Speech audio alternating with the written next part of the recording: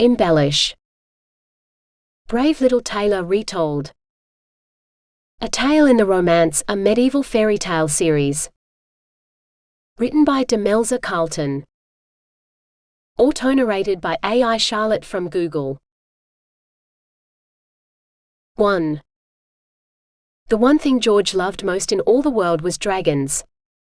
At least, he had until a few minutes ago, when the biggest, grumpiest dragon to ever crawl out of a cave had disarmed him and knocked him down with a single swipe of its mighty tail. Now he didn't feel particularly fond of dragons at all. George raised his head slightly, wondering why he wasn't dead like the charred armored corpse beside him. Perhaps the dragon's eyesight was so bad that he thought George was already dead. As soon as George moved, though, the dragon would realize its mistake and rectify it. George suppressed a sigh.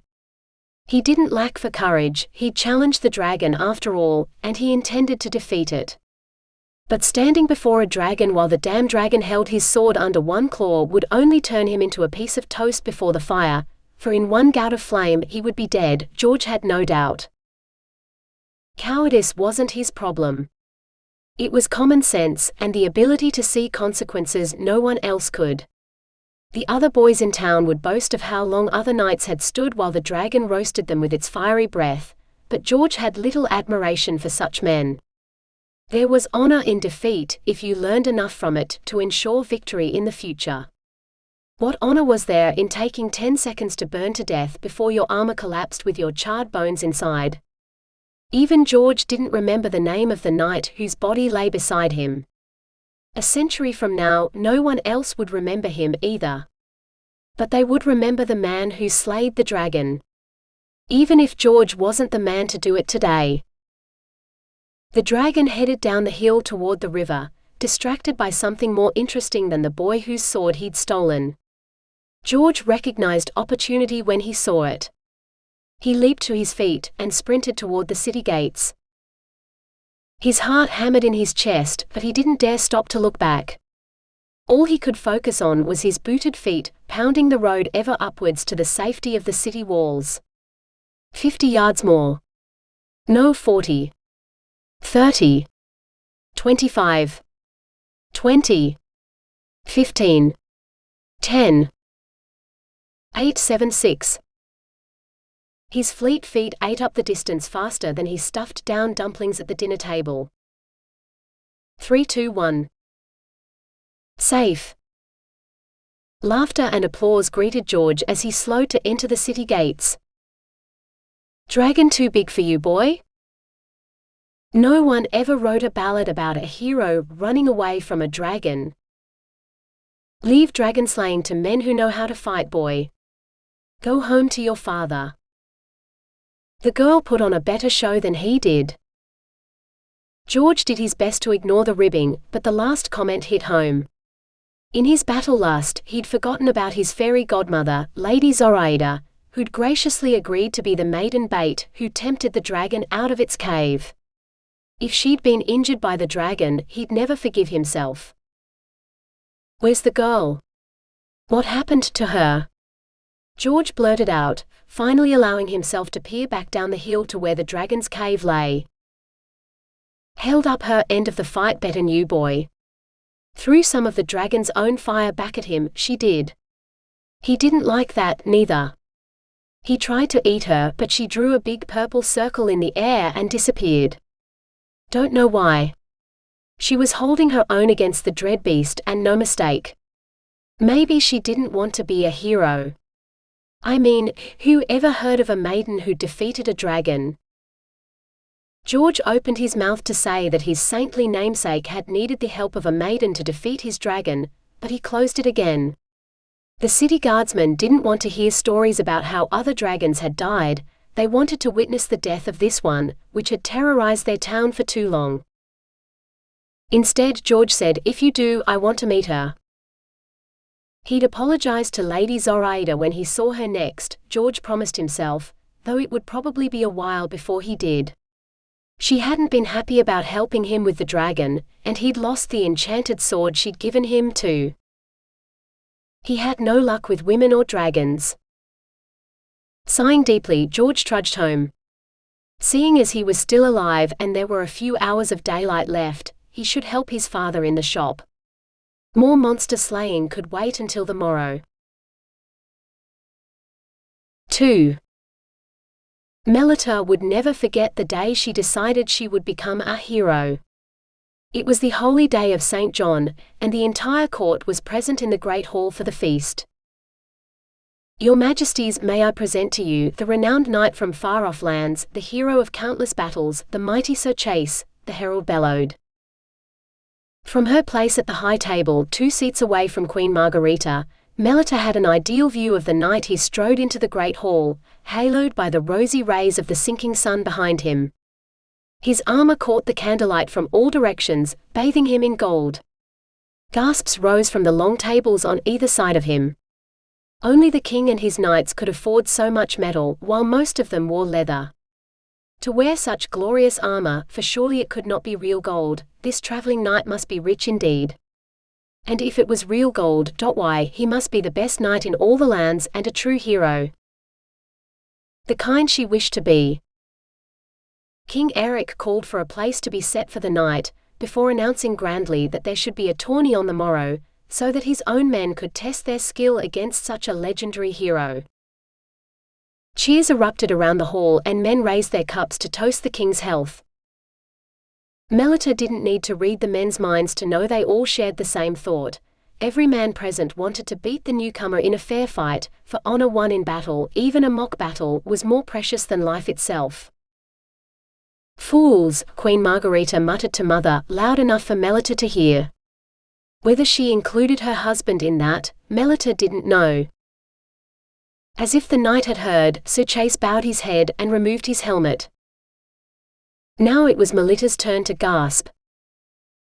Sir Chase was the handsomest man she had ever seen. Dark hair warred with light-colored eyes, and yet the outcome of the battle was mesmerizing.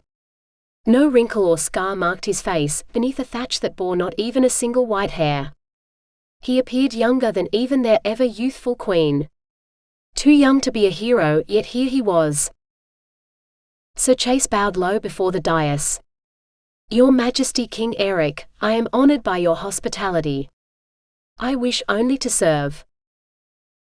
This was when he would whip out his sword and lay it at the king's feet, Melitta knew, as he pledged his fealty and honor to the king's service.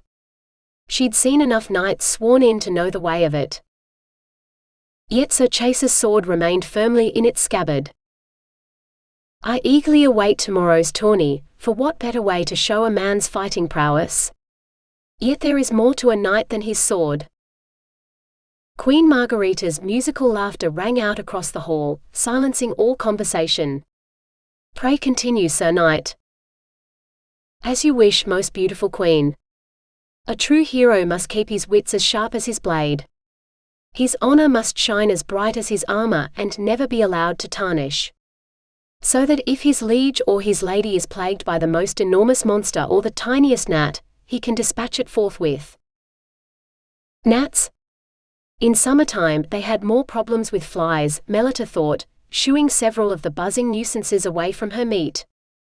How did they manage to seek her out so fast?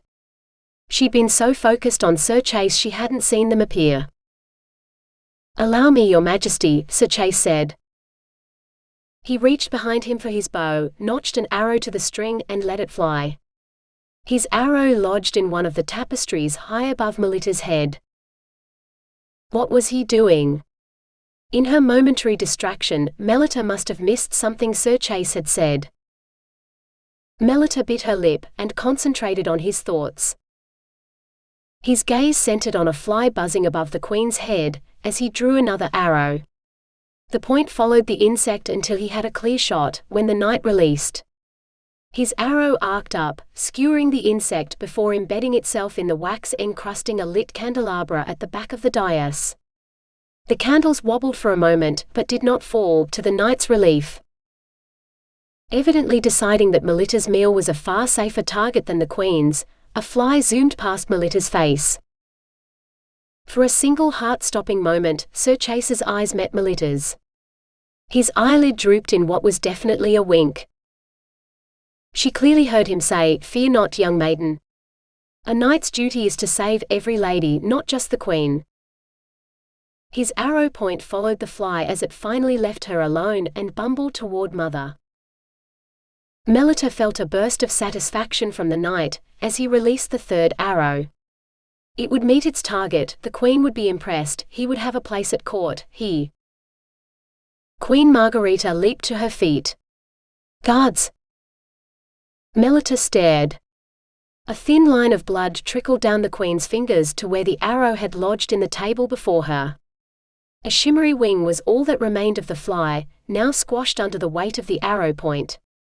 The knight had shot the bug all right, but he'd been so intent on his target that he'd unwittingly hurt the queen. Sir Chase was too stunned to resist as two of the king's trusted men seized his arms and a third reached for his sword. "Your Majesty, I meant to rid you of a pest, not?" Sir Chase stammered. "Silence!" Queen Margarita thundered. At her side, King Eric rose.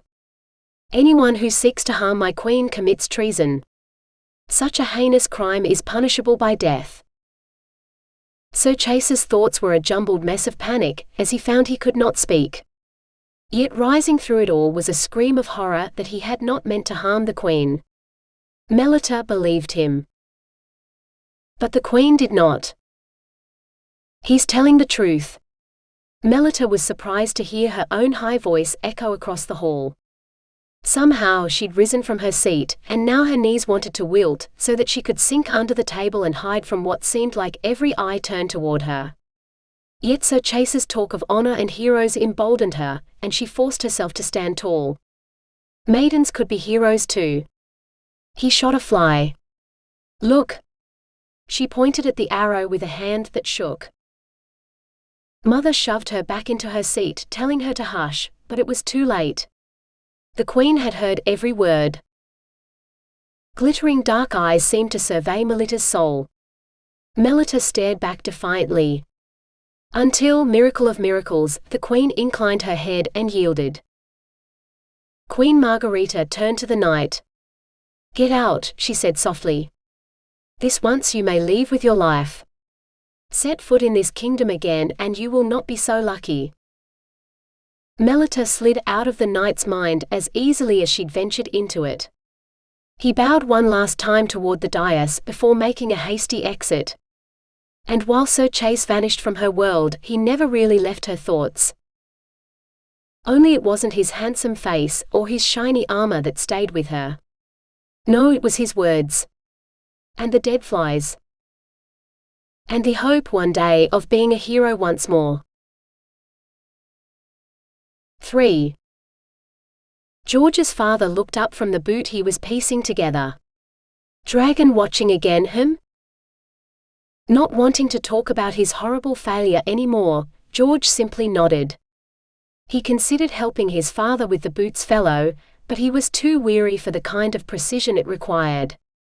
Instead, he spread a piece of leather out on the cutting table. Destruction was more his style today. George reached for a pair of shears and set to work cutting out soles for shoes. "Who was today's challenger?" Father asked. It was too much to ask that Father had been too busy working to hear the dragon roaring. George snipped savagely. "No one of consequence." Father nodded sagely as the boot took a distinct curve in his hands. George would always envy the nimbleness of his father's fingers, forming such beautifully shaped shoes from a flat piece of leather. "So your dragon is alive and well then? How about the would-be slayer?" "Alive," George bit out as he snipped the sole free. "He ran away." Because he was outmatched, George snarled inwardly. Better to run away and fight properly another day. A smart slayer. Will wonders never cease? Father lifted a needle to his eye and threaded it in one smooth stroke. That's who will rid us of that nuisance.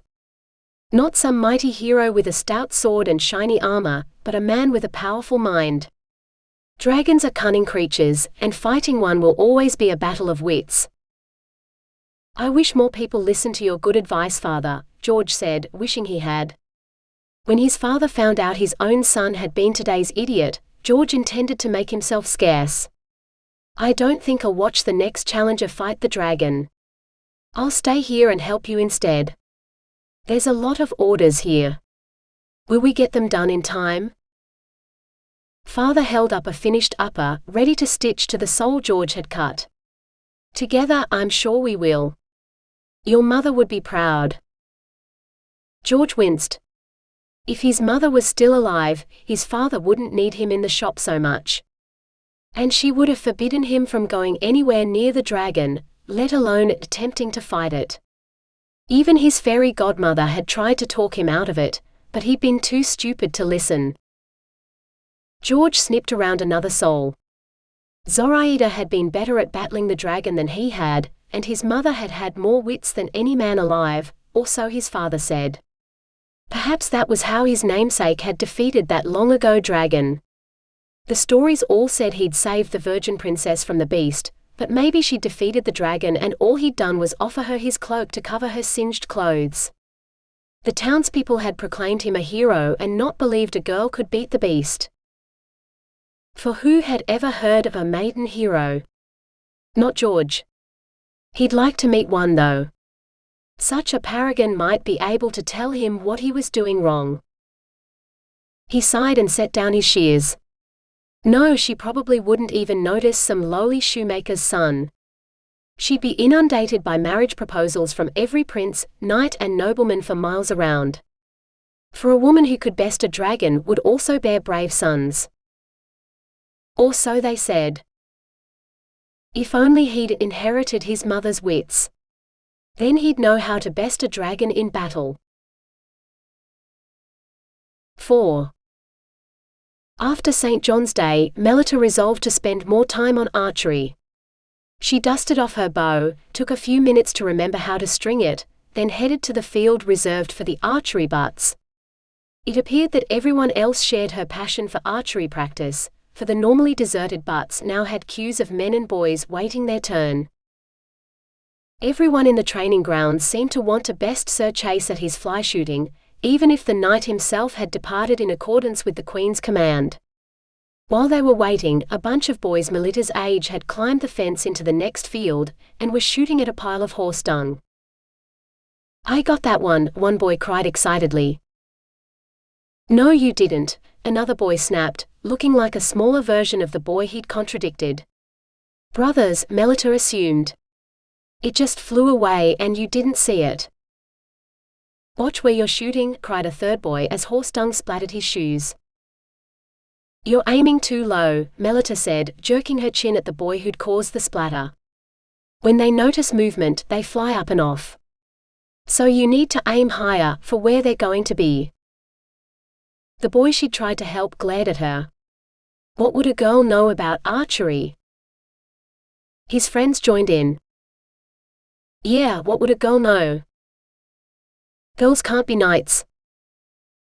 Girls don't belong in the practice yard. Shouldn't you be in some chamber somewhere practicing your sewing?" Melitta regarded the boys coolly. "I'm already better at sewing than you are at archery. Maybe you all would be better off inside sewing." "What's going on here?" The deeper voice of a man cut through the boys' enraged protests. "The master-at-arms, Sir Faris. Shouldn't you boys be practicing instead of flirting with girls?" More shouting ensued, until Sir Faris waved the boys into silence. "What are you doing here?" the knight asked Melitta. She lifted her bow. "Waiting for my turn to practice."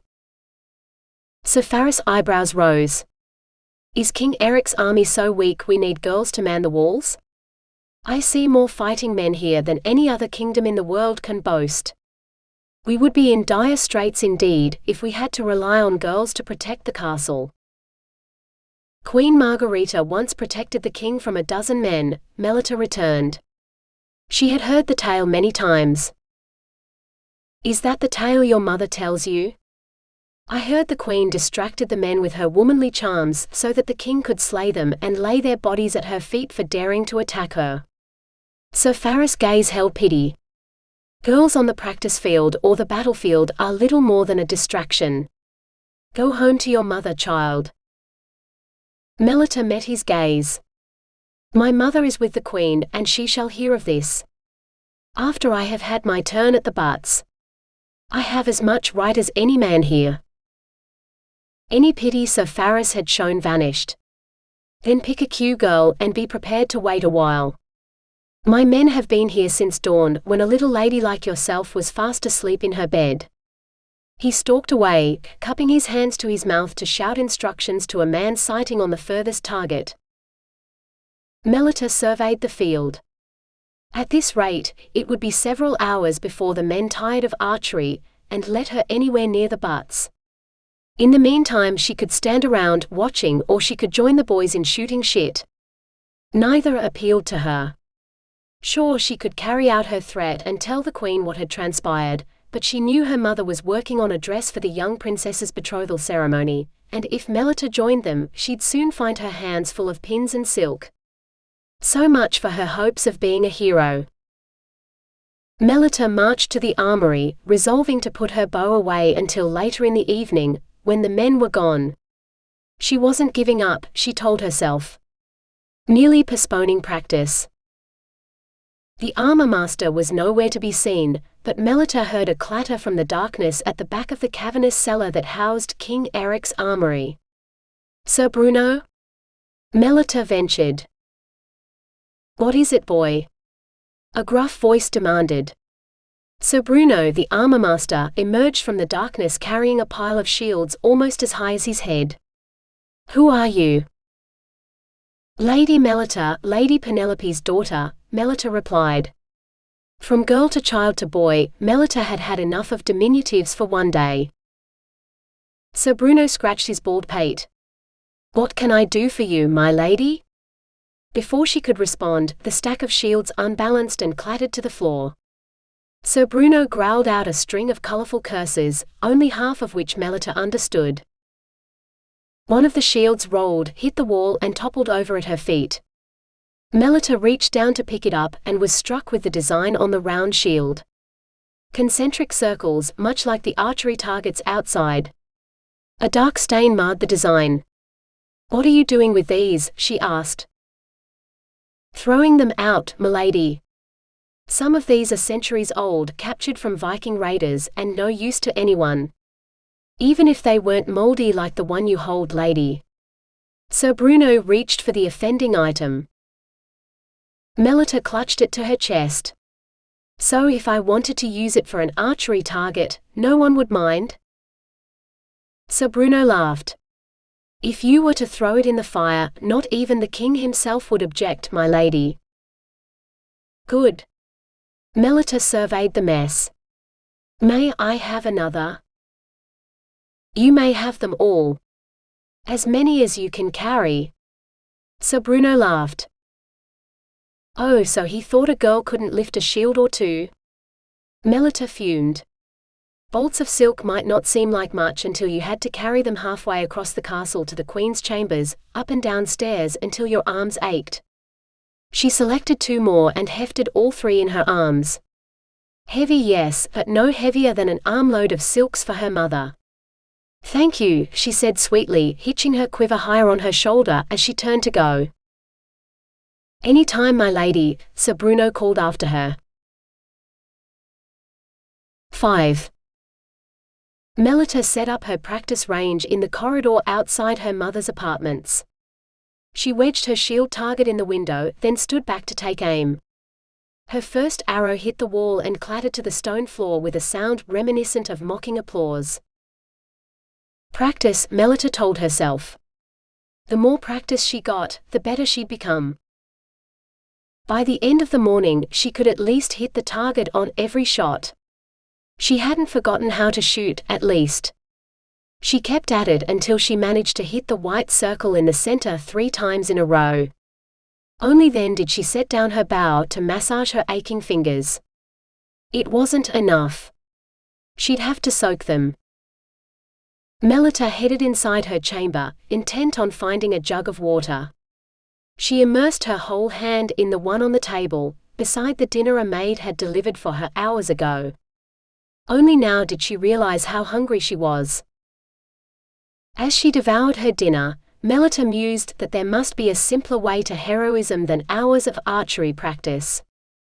Her fingers would be a mess of calluses before the week was out. She wouldn't be able to sew a stitch. Her mother would not be happy. Too bad. Lady Penelope had made her own choices in life.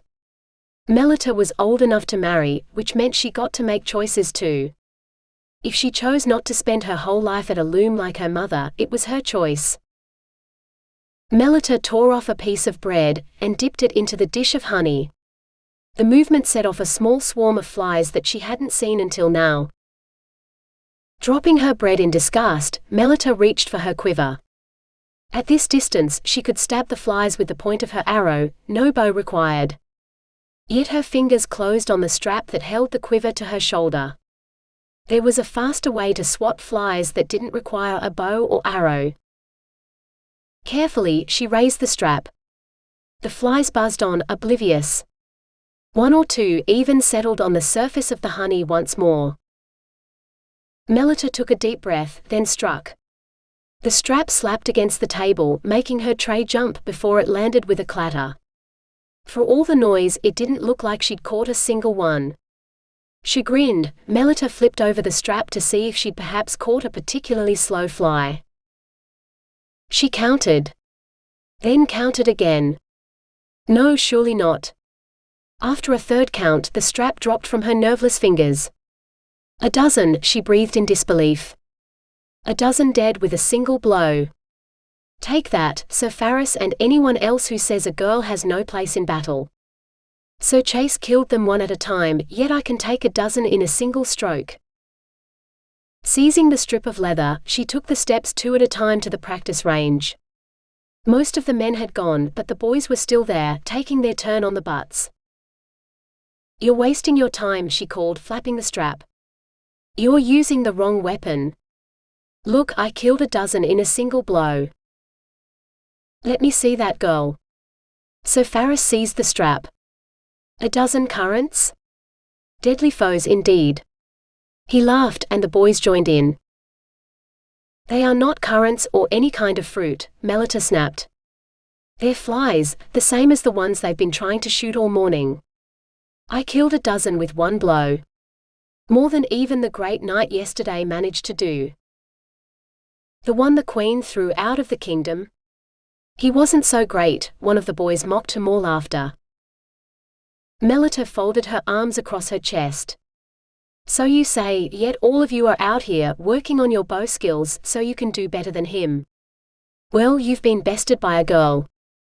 How many of you can kill 12 with one blow? The boys howled with laughter. Sir Pharis laid a hand on her shoulder. They have the right of it, girl. Catching flies will never win a battle, and a knight who thinks so is little more than entertainment at a feast. Forget your 12 and do something more suited to your station. Melitta shrugged off his hand and stalked away. Sir Pharis was wrong, she swore to herself, and one day she would prove it to him and the world. 6. Are you sure you aren't coming? This could make our fortunes, you know, father said, hefting another chest into the already full cart. And make shoes for the rest of his life? George shook his head. I'm sure, father. I want a chance at adventure. If I fail, well, I will know where to find you to ask for a job. Father patted the horse as he passed. Of course you will. This shoe town is where the forest meets the desert, far to the south. In a land where the court ladies dance through a pair of slippers each and every night. A land where a shoemaker might fancy himself a king. George laughed. Where you will make yourself as rich as a king, you mean? The rest of it, the business of ruling a kingdom and keeping the neighboring kingdoms from invading, is more trouble than it's worth, I'm sure. Father rested his hands on George's shoulders.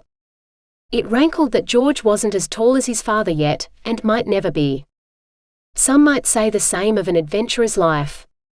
Slaying monsters is more trouble than it's worth, as you've already learned. George's heart sank. His father had been strangely silent about his battle with the dragon, though he had to have heard about his crushing failure. The whole city and surrounding countryside knew. Still, George summoned a smile. "What is it you and Mother used to tell me when I was small and learning to make shoes in the workshop? Your first attempt will fail. Yet I had to keep trying until I succeeded. No matter how many times I failed. Because it's about learning to do it right, so you don't fail anymore." Father's smile looked just as forced. "Just as long as you live long enough to keep trying until you succeed. Shoes are not as dangerous as dragons." "I know." George met his father's gaze without flinching. His resolve didn't waver, despite the ache in his heart at having to farewell his father. Father climbed onto the cart. "When you have slayed the beast, come and find me. I promise to make you boots from the beast's hide." If the dragon didn't make a meal of his own hide instead. A lump formed in George's throat. His father had more confidence in him than George had for himself. "You can count on it," George said. They exchanged a long look, where not a word was said. Least of all the fateful farewell. It only ended when Father tapped the horse with his whip, urging it forward. The moment shattered and they parted ways, perhaps for the last time. 7. Despite Melitta's best efforts, tales of her fly-killing achievements reached every corner of the castle within a day. She could not set foot outside her mother's apartments without someone mentioning a dozen with one blow, before they dissolved into laughter. So she shut herself in with her sewing. "Ooh, is that a new gown for the Queen?" an excited voice asked. Melitta glanced up to find Inga, one of the maids, staring avidly at her. Given she was working on blue silk, which only the Queen wore on any normal occasion, the question would have been quite a silly one. However, under the circumstances. "No," Melitta replied. "This is the princess's betrothal gown. The king wants her to wear white, but the Queen insists the gown be blue. Mother had some blue silk so pale it almost looks white, which met with Queen Margarita's approval, so I get to make it while Mother makes the Queen's gown." Inga nodded. "Lady Penelope makes the most beautiful gowns." Melitta couldn't disagree. Her mother could take cloth and thread and turn it into something magical. Moreover, Mother seemed to actually enjoy creating clothing. She'd once traveled the world with her husband Sir Godfrey, until Melitta's father had nobly sacrificed his life to save a convent from a bunch of barbarians, or so Mother said when she told the tale. He'd earned himself sainthood as a result, for thanks to his sacrifice, none of the novices were harmed by the barbarians, when a miracle turned them into birds and they flew away. It was such a far-fetched tale, Melitta wouldn't have believed it, if the nuns in the convent where she'd spent her earliest years hadn't sworn to its veracity. Some had even been witnesses to the events of that day, and Melitta had seen it in their thoughts. Not that she was the sort of witch who could turn men into birds, oh no. Mind reading was the questionable gift she had inherited from her mother, though she rarely used it. Without Melitta having to tell her, Queen Margarita heard the tale of Sir Faris' remarks on the training ground, and her response was everything Melitta could have hoped for.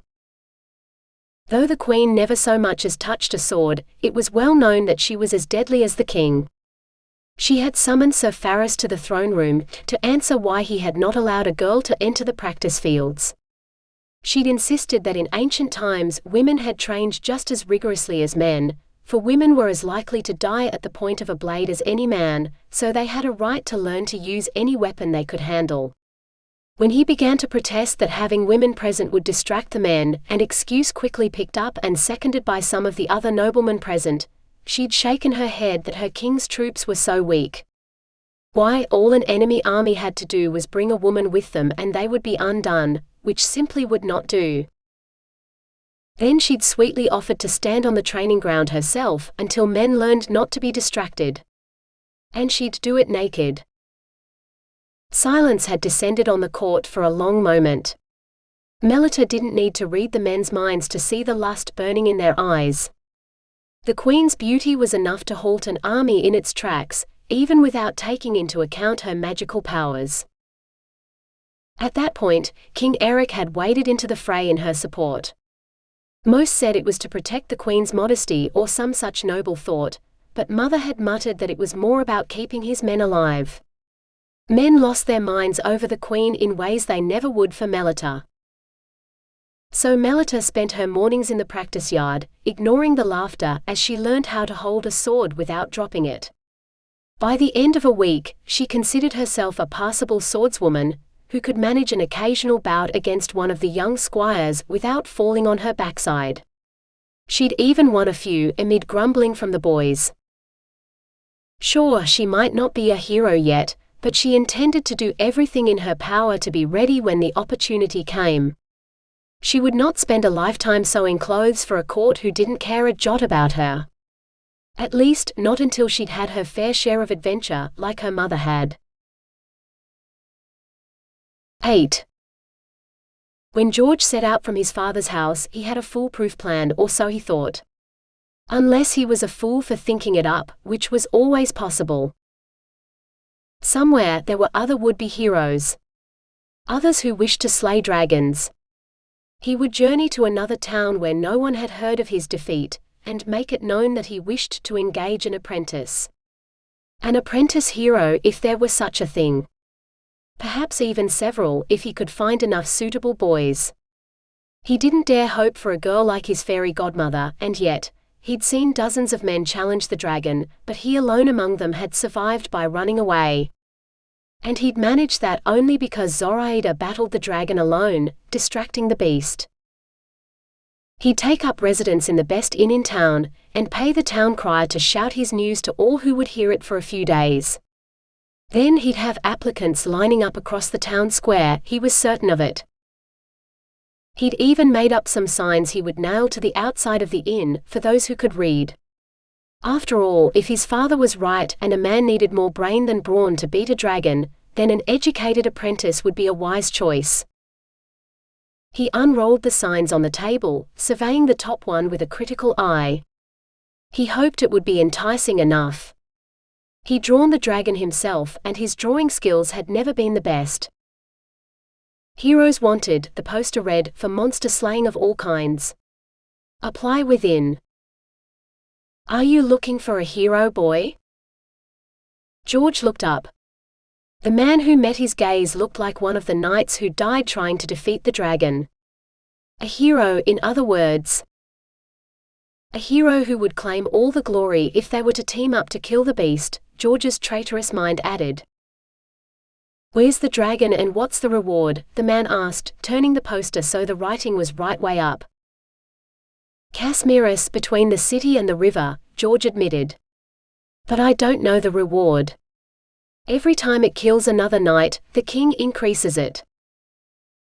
How big is the beast, and does it breathe fire? George swallowed. It would scarcely fit in the square outside, and its fiery breath is so hot, it has been known to melt a man's armor. The man considered the scroll for a long moment, then rolled it up. Which means it's impossible to kill. Not impossible, George countered. All creatures must die sometime. The man grinned. Even us. But there's nothing heroic about being roasted alive. I'm Sir Chase. He held out his hand. George, he said, clasping the knight's arm briefly before letting go. Sir Chase gestured to the innkeeper. 2 more ales for me and my friend here. When the innkeeper nodded, Chase turned back to George. Where are you headed? Arras, George said. It was the nearest large town to Casmiris, though hopefully far enough for no one to have heard of him before. Sir Chase started, his eyes widening in horror for a moment before his expression relaxed into a smile again. Not a good city for heroes, Arras. Their queen isn't fond of adventurers. George raised his eyebrows. That's not what I heard. When they hold tourneys, the queen richly rewards the victor. She holds heroes in high regard, or so it is said. And a kingdom where its queen held so much power was the most likely place to find a girl who would answer his call for a hero, George thought but did not say. Sir Chase choked on his ale. Wiping his mouth with the back of his hand, he said, I heard the same. Until I met the woman. Beautiful as the day is long but cold as ice. Looking into her eyes is enough to freeze your soul, and no mistake. George paused for a moment, considering. Was he wrong to head for Arras? Perhaps he should travel further to another city. No, he decided. What was a queen to him? He wanted to recruit some of her subjects, not meet the woman or even set foot in her court. Then I'll be sure to avoid her, George said finally. Wise choice. Sir Chase raised his ale. And I will avoid your dragon. I heard about a pack of troublesome wolves in the north. I might go see to those instead. George clunked his cup against the knight's. To both our good health and long lives, he said gravely, and drank. As he drained his drink, George prayed that he wasn't making the wrong decision in heading for Arras. Only time would tell. 9. Every squire in the bailey was talking or thinking about the apprenticeship. Melitta was certain of it. She'd even ventured to read some thoughts to confirm it. The hero would have 100 applicants before the week was out, and every single one of them bigger, stronger and better with a sword than she was or would ever be. The only thing she was better at was sewing, not a talent in high regard among heroes. Unless she could sew herself a heroic reputation in the next few days, Melitta didn't stand a chance. On the morrow the line stretched from the tavern to the city gates, as every likely lad vied for the chance to be a hero's apprentice. Some wore little more than rags, but for once they shared something with the simply dressed tradesmen's sons and the noble boys in their leather armor, mail and emblazoned silk surcoats. Their eyes were filled with hope. Any hope Melitta had harbored died at the sight. She hadn't any chance of being chosen. It wasn't like she even knew what their family emblem was, to embroider it on a surcoat. What is our family crest? Melitta asked her mother. Mother's loom continued its steady pace. We have none. My family came from a court where we had no need of such things, a name was enough. And your father, to tell you the truth, I cannot remember. He wore the sign of a cross for the holy crusade he was on, so I never saw any other symbol on him. But we should have one. Maybe it wasn't the done thing where you came from, but everyone else at court has their heraldry, Melitta pressed. Mother laughed. Why? Are you thinking of fighting in a tourney and wearing your own colors? Tell me you're not as silly as all those boys lined up outside. Being a hero is not silly. Some people would say making pretty clothes is silly, Melitta retorted. The moment the words left her lips, she regretted them, but it was too late. Mother's loom clicked into ominous silence. We are ladies of the court. We set the tone for fashion and dress amongst the highest in the land. The courts of other kingdoms look to us for what to wear. For new ways to fashion fur and fabric. If you find all your silk dresses so silly, perhaps you should wear a sack instead. Now Melitta felt even worse. I didn't mean. Or is it armor you want? After killing a dozen with one blow, you feel your hands are better employed with something sharper than a needle? Do you want to join those boys out there, wishing for something that will only get them killed like your father was? A tear stood bright on Mother's cheek. I'm sorry, Mother, Melitta said quietly. I'm not as reckless as that. I just wish for more to life than clothes and maybe marriage.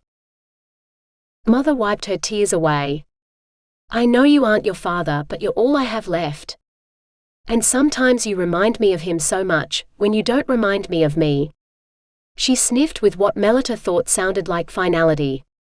When I was a girl, I wanted to be an assassin, like one of the Sultan's daughters. Then my mother gave me this awful gown that I couldn't stand, so I unstitched it, dyed it anew and remade that gown until I could bear to wear it. My own mother didn't recognize it. And then I met your father, and found a new passion. She sighed. I know you don't share my passion for creating cloth and clothing. I had hoped you might find something else you enjoyed. Heaven knows you've sneaked into enough places in the palace to have tried everything that you could. But not slaying monsters, Melitta said. Mother laughed weakly. I'm not sure there are any monsters left in the world to slay. All the monsters I've met have been human, and you aren't an assassin any more than I am. Could you kill a man, Melitta?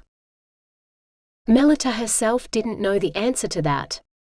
If I had to, I suppose, she said. Remembering the flies, she perked up. I did kill a dozen with one blow. That knight who came to the feast would say it shows the mark of a true warrior. Then I shall make you a surcoat with new colors, that says what a hero you already are. And on the morrow you can walk past those hordes of boys putting them to shame, Mother said. Now Melitta's eyes threatened tears. Even after what happened to Father, you would let me apprentice myself to a hero as a slayer of monsters? Mother's smile seemed forced, but her words rang true. If your passion is for monsters, I cannot stop you from pursuing it. My parents never wanted me to marry your father, but I gave them no choice in the matter. She rose and headed for the chest where she kept her best silks. So, what colors would you like to wear, my young warrior? Melitta thought for a moment. What do we have that is closest to honey? 10. When he saw the queue outside the tavern in the morning, George thanked his lucky stars. He would have an apprentice to help him in no time. That dragon was as good as dead. Aros had been the right place to go, after all. Yet as each boy walked into the private room he'd rented in the tavern, he began to have doubts. Wrong room. You're no hero. Why, you're younger than me and smaller to boot. It seemed tales of his failure at home had indeed spread to this city too. At this rate, he'd have to try another town even further away to find someone who hadn't heard of his disastrous dragon battle. As the light through the window turned rosy, George prepared to pack up and move on. The line that had held such hopes for him this morning was non-existent. The last boy had crushed his hopes under his hobnailed boots. Excuse me? George looked up at the distinctly feminine voice. I heard there was a place for an apprentice hero? The girl, or perhaps a particularly skinny boy, George thought, though he doubted it, sidled into the room. She'd cut her hair like a page boy, but she looked old enough to be a squire. Clad in a tunic and hose that were too well made to belong to a peasant, she wore them like they were her own and not borrowed from one of her brothers. Practical clothing, suitable for fighting in a practice yard. The only bit of finery she wore was a flame-colored surcoat, embroidered with words George couldn't quite make out. Then she turned, and it came clear. A dozen at one blow, he read. He eyed the girl, whose slender arms couldn't have wielded anything larger than a dagger in her life. I don't believe it. She set her hands on her hips. Ask anyone in town. One blow and I had a dozen dead. Just like that. For a moment it seemed like fire burned in her eyes. George was mesmerized. She reminded him of his fairy godmother. Only closer to his age. He shook himself. This girl couldn't help him defeat the dragon. He needed a better warrior than he was. Innkeep! George shouted. The innkeeper stuck his head in the room. More ale? Yes, he said. But first, have you ever heard of anyone who can kill a dozen with a single blow? The innkeeper grinned broadly. You mean Melitta here? How can a hero as big as you not hear of such things? You'd better not show any disrespect, or you'll be number 13. He left, laughing. The girl looked incensed. Do you believe me now? She didn't look like a killer, but then, Zoraida hadn't looked like a fairy godmother either. Especially not while battling a dragon. And Zoraida had held her own against the beast. Are you afraid of dragons? George demanded. I'm not afraid of anything, she insisted. Have you ever met a dragon? He pressed. Doubt flickered over her features. The answer to his question was no. Have you ever run away from a fight? George asked. She snorted. Of course not. Unmanned by a girl. George dismissed the thought as quickly as it had come. Can you handle a sword? He asked. Tolerably in the practice yard, she said. I'm better with a bow and I can ride. George was in love. Standing before him was the perfect woman. And I think you should choose me for your apprentice, she finished. She eyed him. But I'm not going to sleep with you. Apprentice? All George's dreams of getting her into bed sputtered and died. Had she read his thoughts? Yes, she replied. A minor inconvenience I inherited from my mother. That and a fairy godmother. The wheels in George's mind started turning. The two of them plus 2 fairy godmothers. Between the 4 of them, they might be able to best that dragon. You're hired, he said. 11. Melitta's feet felt like they were floating all the way back to her mother's apartments. Out of all the would-be heroes, boys who were far better with a bow and a sword, he had picked her. She couldn't wait to start her training. Wondering what kind of monster Sir George would test her with first, Melitta dreamed of dragons as she packed her things. Her dresses would stay, of course, silk skirts would only get in the way in a fight. Melitta thought to fill a chest with her things, but by the time she had assembled all of her suitable fighting clothes, they took up scarcely a quarter of the space in the smallest chest her mother owned. She would be better served with a sack or a saddlebag. Perhaps. So the rumors are true? The whole castle is buzzing with the news that the hero chose a girl as his apprentice. And not just any girl. You. Mother loomed in the doorway, her hands on her hips as though she planned to block her daughter's exit. Melitta couldn't keep the pride out of her voice. Yes, he did, she said. And he believes I can kill a dragon. I saw it in his thoughts. Mother's frightening figure seemed to shrink as she sank onto a chair. I don't believe it, she said weakly. All those boys, squires, knights in training. And he chose you? Yes, Mother. Melitta wondered where she might find a suitable sack. Perhaps in the kitchens. He must think you are a doxy, a whore who will leap into his bed the moment he commands it, Mother declared. You must send word to his lodgings that you are no such thing, and as a lady of the court, you will have no further dealings with such a dishonorable man. Melitta grinned. He did think about me naked for a moment, but when I told him I would never sleep with him, he seemed resigned to it. He truly offered me the apprenticeship because he believes I have the makings of a hero. Mother let out a sigh, deflating in defeat. But are you sure this is what you want? I had plenty of adventures in my youth, particularly after I met your father. But never once did I have to take up a sword, or fight a monster who was stronger than a man. Even then. Mother swallowed. She continued, I thought you wanted to meet this hero because, well, you are of marriageable age. I saw how you looked at the knight the queen banished, and it made me realize.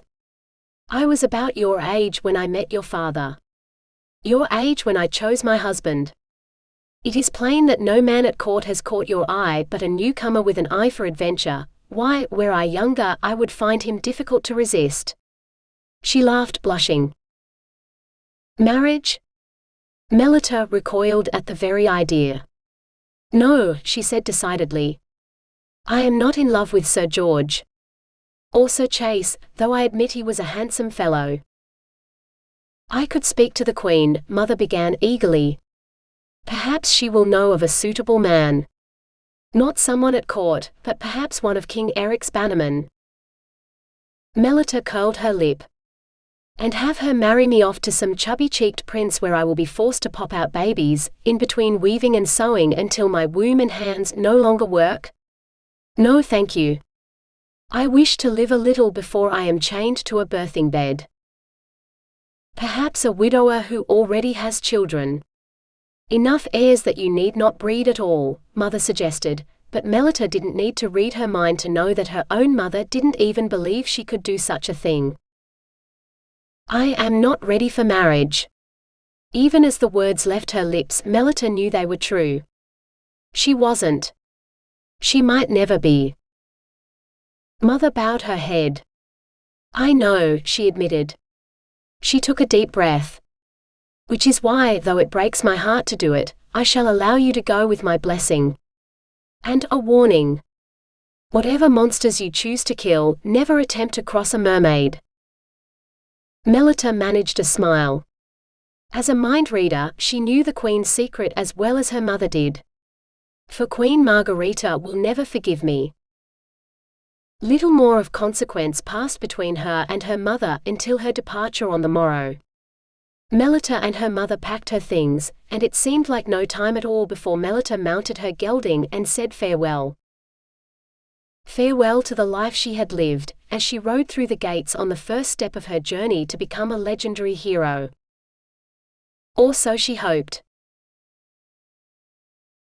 12. After a week of traveling, staying in a different inn every night, Melitta finally worked up the courage to ask George, so where is this dragon we're going to kill?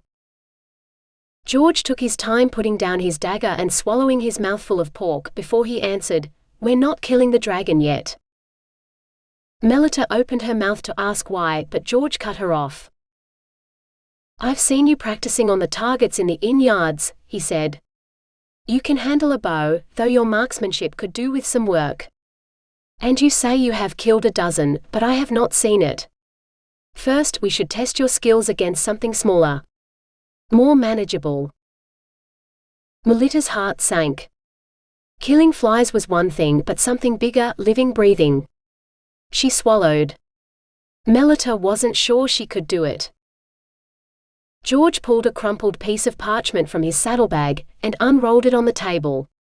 There is a town 2 days' ride from here which has a wild boar problem. One beast in particular has a price on his head. So your first quest in training to be a hero will be to kill this pig and claim the reward. He sat back, lifting his tankard to his lips. Melitta's blood ran cold. A boar. A wild boar. A beast that looks like a pig on the outside and may taste like one when it's dead and roasted, but while it lives, it is the receptacle of the devil's rage that few would stand against. Are you afraid of a pig? Desperately, Melitta wanted to say no. But if she did, she knew it would be a lie. As one of the ladies of the court, she had often been allowed to accompany hunting parties. When the court hunted deer, fox, or the frequent hawking expeditions that the Queen was so fond of. Melitta could watch the Queen's falcon in flight all day, so graceful was the bird.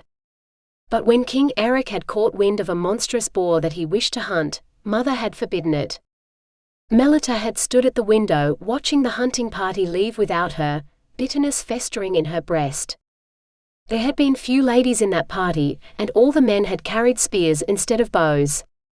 It wasn't till much later, when the weary hunting party returned victorious, that Melitta realized why. The beast had go-red 3 nights, one fatally, before it had succumbed to the spear piercing its heart. By all accounts, the dead knight had saved King Eric's life by leaping in front of the beast. When the Queen had heard this, she forbade any future boar hunts. It might be King Eric's kingdom, but none disobeyed the Queen. Melitta swallowed. We will need to be prepared, she said carefully. We will need stout spears, for arrows will not be enough.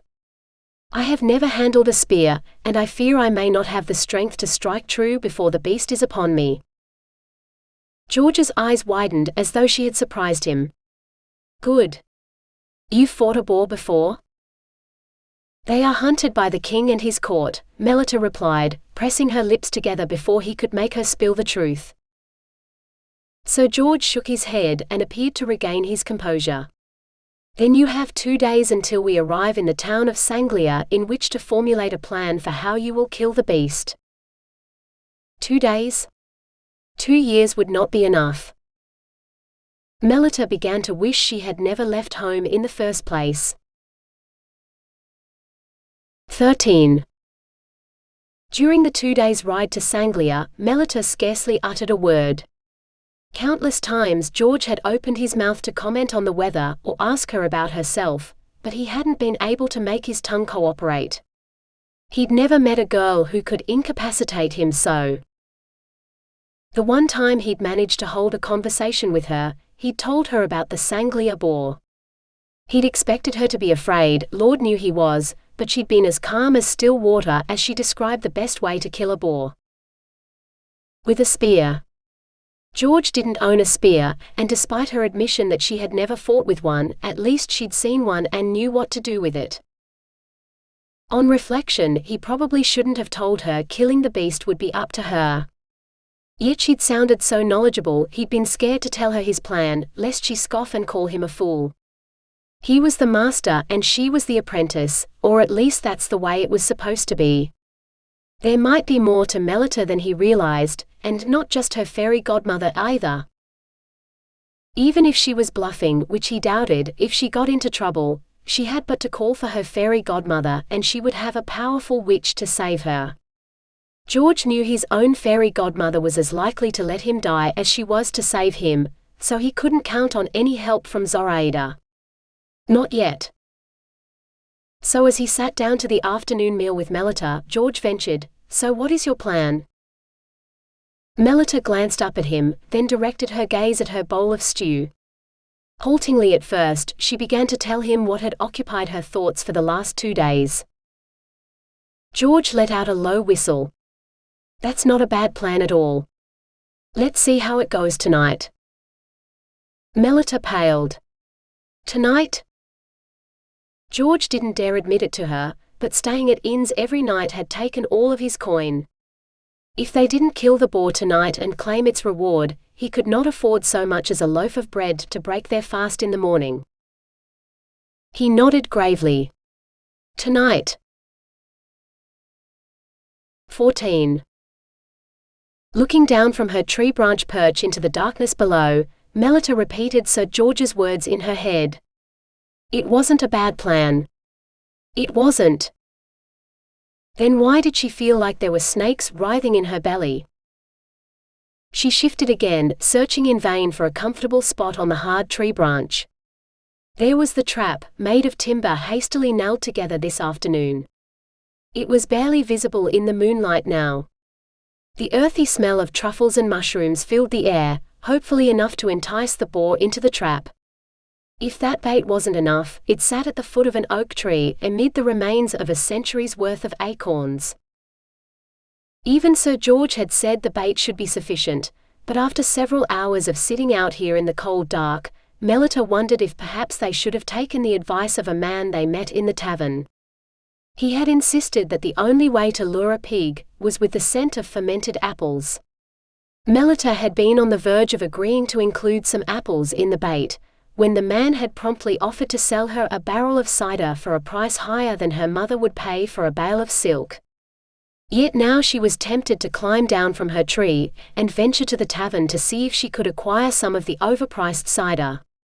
Anything to end her vigil. Wait, was that movement? Melitta squinted down the road. No, it was just the baker. He'd opened a window to set the rising bread dough on the windowsill. If he was baking already, then dawn would soon follow. The end of the night with no sign of their bloody boar, or sleep for her either. But wait, was that? Yes. A hulking shadow, low to the ground, passed in front of the bakery, ambling at a pace that showed the boar was in no hurry. Then it stopped and lifted its head so that its snout and tusks were clearly outlined against the light coming from the baker's window. Melitta's stomach lurched. Tusks like that could gut a man. She didn't even want to think of what it would do to her. If he read her, would the tusks go all the way through and come out her back? She shut down that thought as quickly as it had come. Pigs couldn't climb trees, so she was safe up on her perch. She just had to wait for the animal to enter the trap, so that she could spring it, and the deed would be done. She held her breath as the boar approached.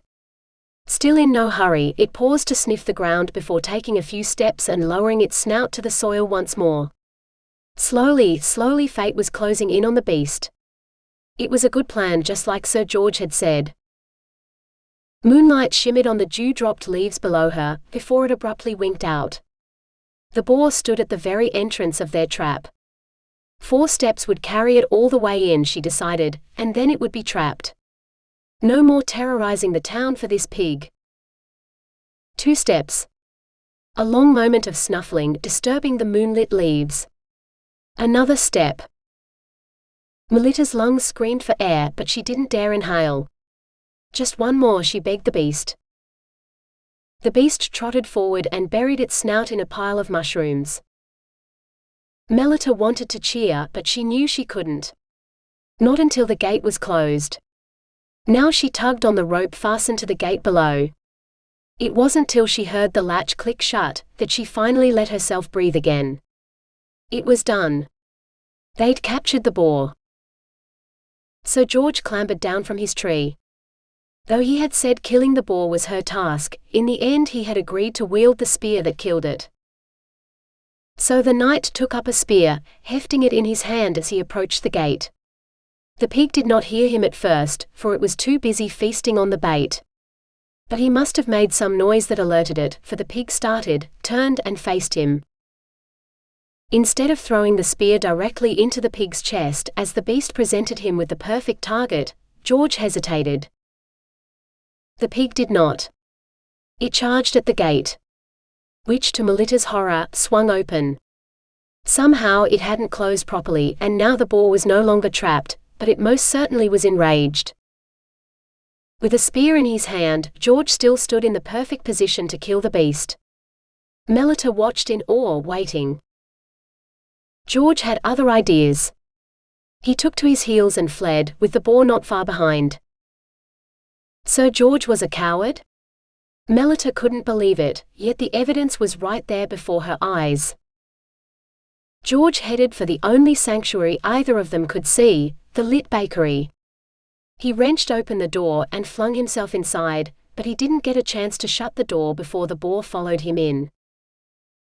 A great commotion arose from the bakery, culminating in the door slamming shut.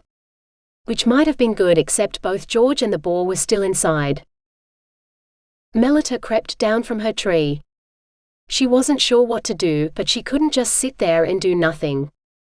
She snatched up the spare spears and carried them to the bakery. She was George's assistant after all, and if he needed more weapons, it was her job to provide them. And she might learn something from watching the battle, she told herself. She crept toward the lit window, the volume of the clattering and crashing increasing with every step. Finally she was close enough to peer through the open shutters. She raised her head for scarcely a moment, before she had to duck to avoid being hit by the body flying out the window. Sir George rolled, crouched, then clambered to his feet. He dusted himself off before he seized the spear from Melitta. "That beast is going to die," he said through gritted teeth, advancing on the window. But the boar, rampaging through the wrecked bakery, was hard to sight between the overturned tables and smashed furniture. Then it tore into a bag of flour and powder filled the air, making it even harder to see. The beast shook its head, scattering flour everywhere, but it was unable to dislodge the bag from its tusks. It ran around madly, trampling everything in its path, until the bag finally flew off and landed in the fire. The empty flour sack began to smoke. "There!" George hissed, loosing a spear. He caught the boar in the chest, but that didn't seem to slow the beast any. If anything, the pain only goaded it into greater action. It stampeded around the house until it managed to dislodge the spear. Blood droplets dotted the floury floor as the pig's eyes seemed to grow red in the firelight. Lowering its tusks, the boar charged at George, only to be stopped by the wall beneath the window. George readied another spear, but he only managed to jab at the pig, before it darted away with an angry squeal. Melitta couldn't even tell if he'd wounded it this time. What followed, Melitta could only call a battle of wills between Sir George and the beast. The beast would charge George. George would attempt to stab it with a spear, sometimes successfully, sometimes not. Then the beast would retreat, only to charge George again. Minutes passed, or maybe it was hours. Melitta could not be sure. Finally she was left holding the last spear. The others lay splintered inside the bakery, except for the one George still held his hand. The boar disappeared into the fog of smoke and flour, so that this time when it charged, it surprised Melitta. Yet something in her refused to just sit and watch this time. With George square in front of the window, she couldn't line up a perfect shot with the beast's chest, but she could at least do some damage, she decided. Tightening her grip on the spear, she offered up a prayer to anyone who was listening. Let this battle end now. George's spear struck it in the chest, and the boar lifted its head to let out a screech of pain. Melitta took her chance, burying the point of her spear in the soft flesh at its throat.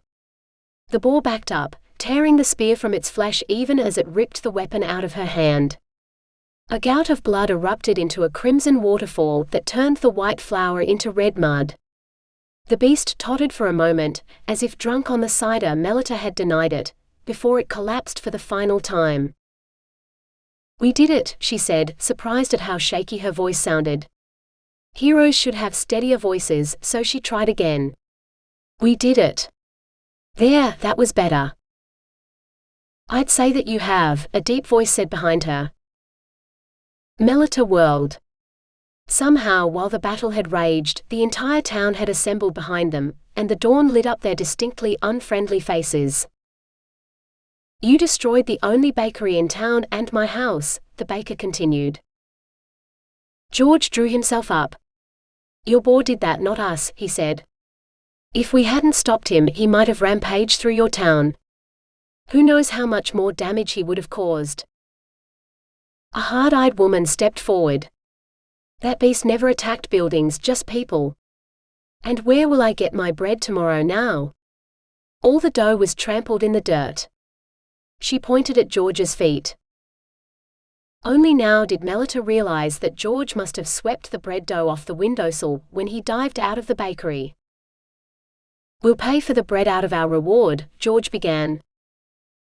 The baker turned red. "Your reward won't even pay for half of the flour that beast destroyed. Seems to me you should be paying the town for the damage you caused. You're worse than any pig." Melitta bit her lip, knowing before she did what she would read in the minds of the townsfolk. They had to get out of there, and fast. "We should go," she murmured to George, tugging urgently at his arm. He glanced at her, then said, "We'll just get our things and our horses and be on our way then." He made as if to march through the crowd to the inn. The townspeople were having none of it. They closed ranks, barring his way, and it all went downhill from there. 15. "Run!" Melitta screamed. George's feet weren't stupid, they obeyed. His head took a moment to catch up, by which time he'd drawn level with Melitta. "We should get our things and our horses," he gasped out. She shook her head. "They wanted to lynch us. My horse and a few clothes aren't worth dying for." George opened his mouth to ask how she knew that. They'd seemed like reasonable townspeople. Surely he could talk them around to giving them at least some of the reward they'd promised. "No. That baker is the most influential man in the village, the one putting up most of the reward, and he wanted us quartered. He'd seen it done once to a traitor when he was a boy, and he longed to see it done again. His memories are quite gruesome and his imagination even more so. Especially when he was imagining me getting quartered." Melitta screwed up her face, then tapped her head. "Mind reader, remember? For my sins." George swallowed, then accelerated. Being roasted by a dragon was one thing, but dying at the hands of a mob? That was no fitting end for a hero. They ran until every breath burned in George's chest, but he didn't stop. He didn't dare look behind him either, for he knew it would only slow him down. He started to feel lightheaded and he nearly cried when Melitta said, "They're gone. No one's close enough to hear anymore." We can't stop. She sank to her knees, her chest heaving as she gasped for breath. George slowed, his eyes fixed on her breasts. Would they heave like that if he kissed her? Melitta drew a dagger from her belt and waved it in his direction. Touch me and I'll cut you. Right. Mind reader. How could he forget? George swallowed and fought to turn his thoughts to more practical matters. Like where he could lie down and not move for a few hours without being disturbed. He stumbled along the road away before he found what he wanted, a trail that led to a small clearing with the remains of a long dead fire in the middle. We'll camp here for the night, he called. Melitta staggered through the trees. I'm camping here for the day. You might have slept last night, but I didn't. She settled herself on a patch of pine needles, wrapped her cloak around her, and dropped almost immediately into slumber. George's reasonable mind reminded him that someone should stay awake to keep watch, but he was too tired to care. If he was truly in trouble, his fairy godmother would save him. Or if Lady Zoraida wouldn't, then Melitta's godmother would come. He found a patch of grass that was reasonably flat, stretched out, and prayed that things would look better when he awoke. 16. Hunger woke Melitta. She stretched, stiff from sleeping on the ground, but she'd been too tired to care. Judging by the light, it was mid-afternoon, she'd slept half the day. Not nearly long enough, but she was too hungry to stay asleep. What she wouldn't give for a plate of stew like she'd eaten last night. Or a chunk of roasted boar. She'd killed the beast. King Eric had always made a point of offering the first morsel of meat to the hunter, who landed the killing blow at hunt feasts. Those townspeople owed her that much. Ungrateful peasants. Sir George, she called softly at first, then a little louder until the cloak-shrouded form on the grass shifted. MMPH. Sir George, perhaps we should seek out an inn for a bed and a meal. Where are we headed next? George sat up and glared at her. And pay for it with what? Do you have any money on you to pay for room and board? Mine is in my saddlebags, in the stable with the horse you insisted we leave behind. Melitta's mouth dropped open. No money. No meal? But they were going to kill us, she said. George snorted. So you say. But what do I have except your word for it? If you read mine so well, what am I thinking about now? He closed his eyes and bared his teeth. Melitta swallowed, then bit her lip to read his thoughts. You're thinking it's my fault we're out here with no money and no horses. If I'd trapped the boar properly, none of this would have happened. For a moment, her heart constricted in her chest. He was right.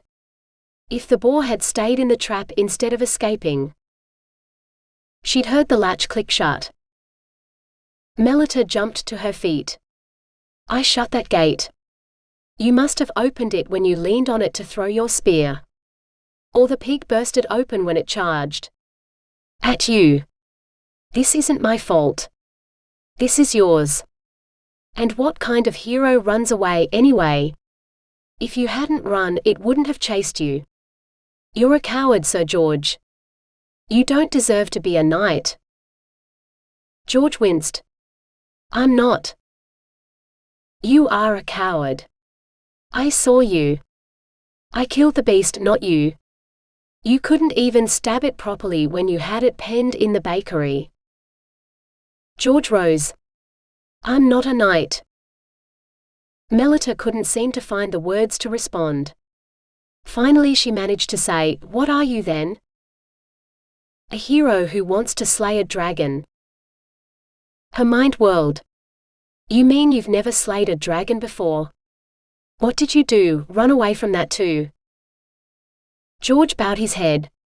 Melitta didn't need to read his mind to know what that meant. Coward. Lying, cheating coward. You said you wanted to train me to be a hero, when you wouldn't know a hero if one danced naked before you. I'm more of a hero than you'll ever be. At least I slayed that boar. And a dozen with one blow before that, in case I forget, George muttered. The taunt barely stung coming from him. I demand you take me home, Melitta insisted. George spread his arms wide. I'm not stopping you. Melitta set her hands on her hips. A lady must have an escort. An armed escort. You might not be a knight, but I am the daughter of one. The daughter of a knight and his lady, and a lady of Queen Margarita's court, no less. George's breath hissed out through his teeth. A lady? Are you serious? A lady who ran away from court to chase dragons? I'm surprised we made it this far without your knightly father coming to drag you back home. He should be along before nightfall, if we're lucky. He's dead. He died defending the convent where I was born. He's a saint now, Melitta said. George sketched a sweeping bow. My condolences then. My lady. Melitta said through gritted teeth. What? My lady. You might not be a knight or any kind of nobility, but you will address me properly, Melitta replied. George unfastened a pouch from his belt and tossed it to her. Well then, my lady, how about you light a fire and start making us something to eat, while I go get some more firewood for tonight? Because if your saintly father isn't going to come riding in here on his heavenly steed, this is where we're camping. In case you didn't notice, we took the south road out of town and no one else has passed this way all day. Unusual, given it's usually such a busy trade route between the town and the sea. The next inn is a day's ride or several days on foot, but that's the least of our worries. This road is rumored to be home to a particularly nasty band of bandits, with considerable bounties on their heads. They may or may be giants, according to some of the stories. Giants. Melitta couldn't keep the disbelief out of her tone. Everyone knows there's no such thing as giants. People say the same about dragons. Do you believe in those? Suddenly, Melitta wasn't sure. If George had lied about being a hero who could teach her things, had he lied about the dragon too? Maybe, she ventured. He nodded slowly. That's fair. Until I saw the beast with my own eyes, even I couldn't be sure. I may not be a knight or any kind of hero of renown, but I swear I will kill that dragon. And if you stick with me, I'll show the beast to you. Melitta curled her lip in disgust. Why would I stick with you at all? George's smile was grim. Bandits, remember? Even if they aren't giants, 2 against a band is better odds than 1 girl with a dagger. Despite herself, Melitta shivered. She didn't want to admit it, but he was right. Fine. I'll be back soon then, he said, striding through the trees. Wait, where are you going? He stopped. To get firewood, of course. While you start a fire and make the evening meal. Can you handle that, my lady? Or will you need servants to do it for you? I was raised in a convent before my mother and I came to court. We all had chores to do. I'm not some useless princess, you know. In case you forgot, I killed that boar. George inclined his head. So you did. Maybe you can use your skills to catch us something smaller for supper. And with that, he vanished into the forest. Melitta swallowed. Even if there were bandits on this road, it wasn't like they had anything to steal, she consoled herself as she set about finding some kindling for the fire. 17. She was a lady. A court lady, no less. So far out of his reach she might as well be a princess, George fumed as he marched down the road. A lady with a fairy godmother, even. He should have guessed from the cut of her clothes when they first met. But he'd been so mesmerized by the thought of a woman warrior, a girl with the courage he lacked, he hadn't noticed. She dealt the death blow to that boar, and no mistake. She hadn't hesitated at all, 1 stroke, 1 shot, and the deed was done. For all his fumblings with the other spears, she'd made him look like a callow boy. She'd hunted with royalty, that pig couldn't have been her first kill. He was so stupid. What he should be thinking about was how to find firewood in a forest. Oh sure, there was wood aplenty, but it was all part of trees that would need several well-placed blows with an axe George did not have before they'd part with anything resembling firewood. Perhaps a tree or branch that had fallen. But this patch of forest seemed far too clean, even for George's town-bred eyes. Surely there should be more branches on the ground, yet there were none. Almost as though the undergrowth had been picked clean of fire fuel by too many travelers, or a nearby town, or a large band of bandits. George almost laughed at himself. He'd only heard about the bandits because there was a reward for their heads, but the descriptions of them varied so much, it was hard to know what to believe. A large band, or giants, evidently they'd attacked some knight or other who'd spread the story of them being formidable foes. It was probably one man with a crossbow. Finally he spotted what he sought, a freshly fallen tree lying across the road. Better yet, embedded in the stump was an axe. Uttering a grateful prayer of thanks, George wrapped his fingers around the haft and tugged on the weapon. It didn't budge. Deep booming laughter echoed through the trees, and George's heart sank. A man clad in shaggy furs that blended in with the bark of the tree behind him unfolded to a height George had to admit made him quite the giant. Perhaps the rumors were true, he thought uneasily, before he banished that thought. You're not strong enough, boy, the man said, prying the axe from the stump with one hand. See? Takes a proper man to wield such a weapon. George's feet wanted to run, and he was ready to let them do as they pleased, but he had nowhere to run except back to Melitta. A lady who would be quite the prize to a bandit like this one. George's blood ran cold. Would he sell her as a slave, or use her as one? Or both? He might not be a knight, but he was all the protector she had.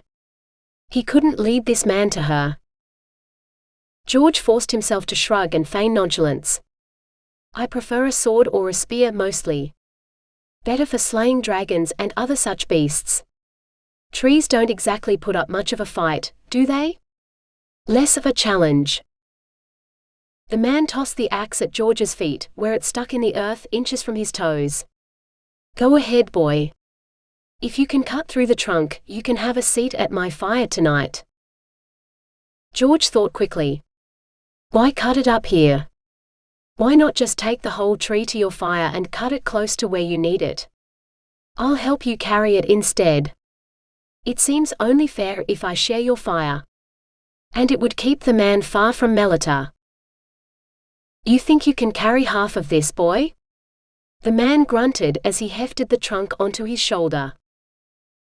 George eyed the tree. Sure. The branches and leaves are much bigger than the trunk, after all. But you'll have to lift your end a little higher, or the branches will drag on the ground and slow us both down. I'm plenty strong, though I'm not as tall as you. With what looked like considerable effort, the man tilted the tree so the branches cleared the ground. George buried his hands in the branches without taking any of the tree's weight. Great, that's great. Lead the way. The giant glanced back, but most of George was hidden behind the tree, so there wasn't much for the man to see. With another grunt, he set off down the road. Away from Melitta. With his hands full of leaves, George followed in the man's wake. He prayed fervently that he was doing the right thing, because he was damned if he knew what that was right now. 18. In nearly no time at all, Melitta had a small fire burning in the clearing. Supper, however, would be another matter. When she dug into the pouch George had given her, she found nothing but a few crumbs and a piece of cheese that looked like it had seen better days. Like he'd said, if she wanted supper, she'd have to catch it herself. Armed with only a dagger, she doubted she'd catch anything worth eating, if she even knew where to look. She thought hard, remembering the times she'd gone hunting with the Queen.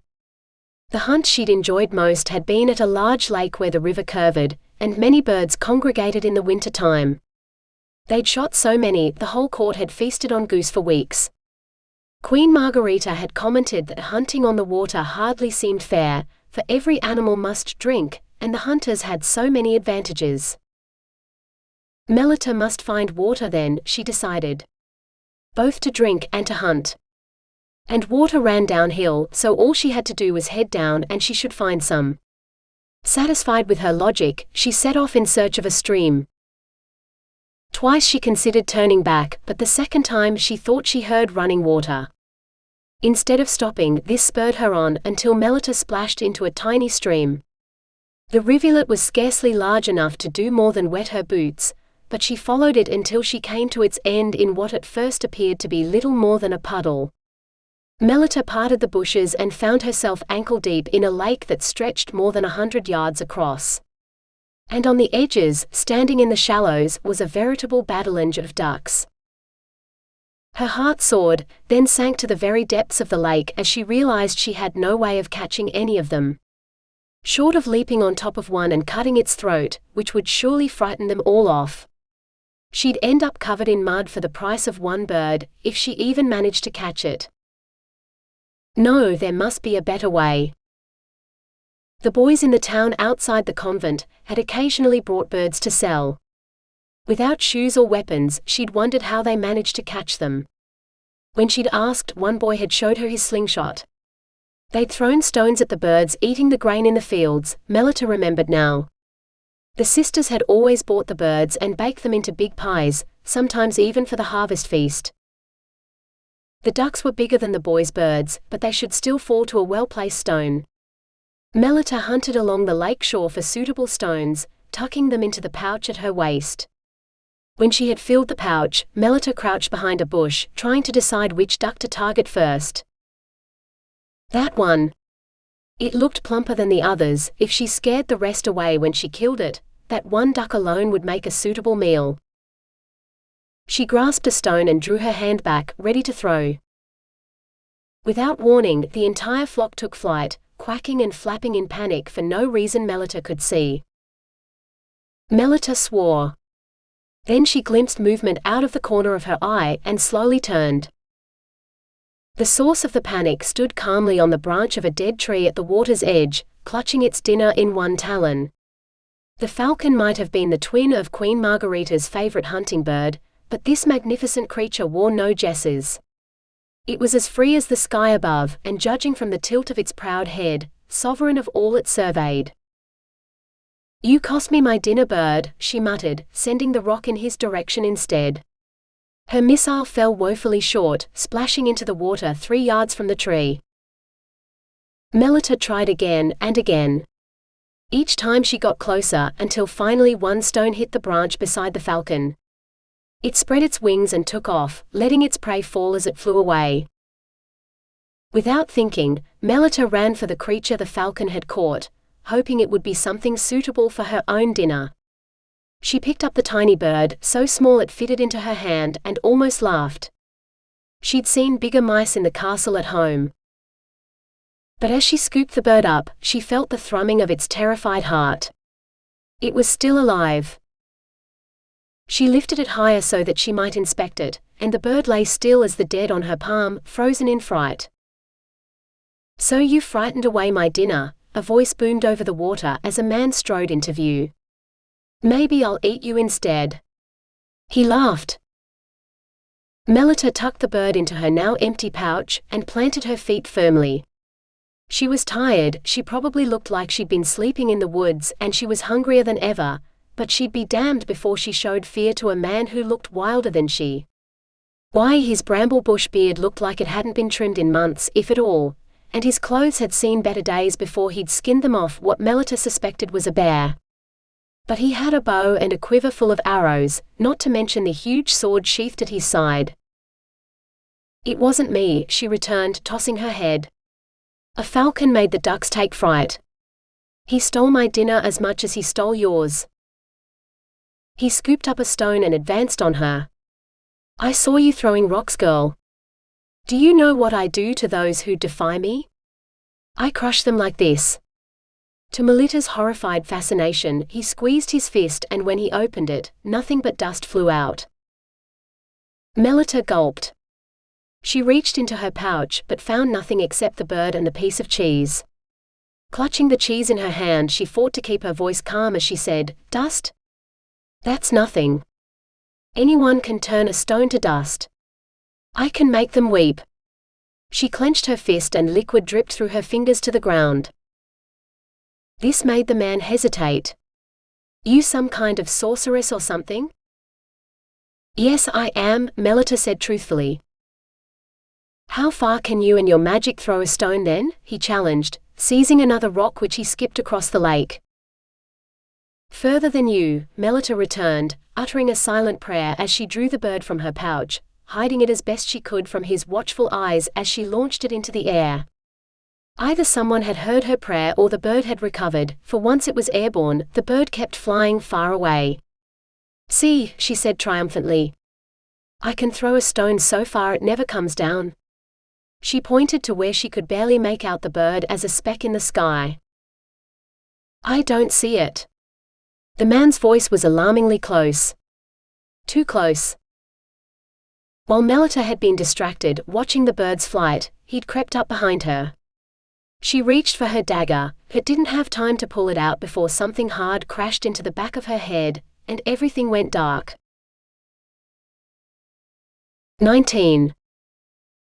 The first thing Melitta was aware of was the lecherous thoughts of a group of nearby men. That was hardly a surprise, though the vague inclusion of herself in those thoughts was worrying. More worrying still was the realization that if she was reading their minds, she must have shed some of her blood. Only then did she recollect the blow to her head, which now throbbed faintly. She had been unconscious for several hours then, she decided. Melitta attempted to reach for the back of her head to assess the damage, but she found that she could not. Her hands were tightly bound behind her with coarse rope. A normal girl might have panicked, but as the daughter of a master weaver who was as experienced at untangling knots as she was at breathing, Melitta simply set to work. In a moment, her nimble fingers had set her free. She sent her thoughts out to those of the unpleasant men. There were 6 of them, she found. All clad in fur and leather, like the clothes of raiders from the north. The man who had attacked her was among them, and she burned with anger and the desire for revenge on the man who had hit her and evidently carried her off to this place.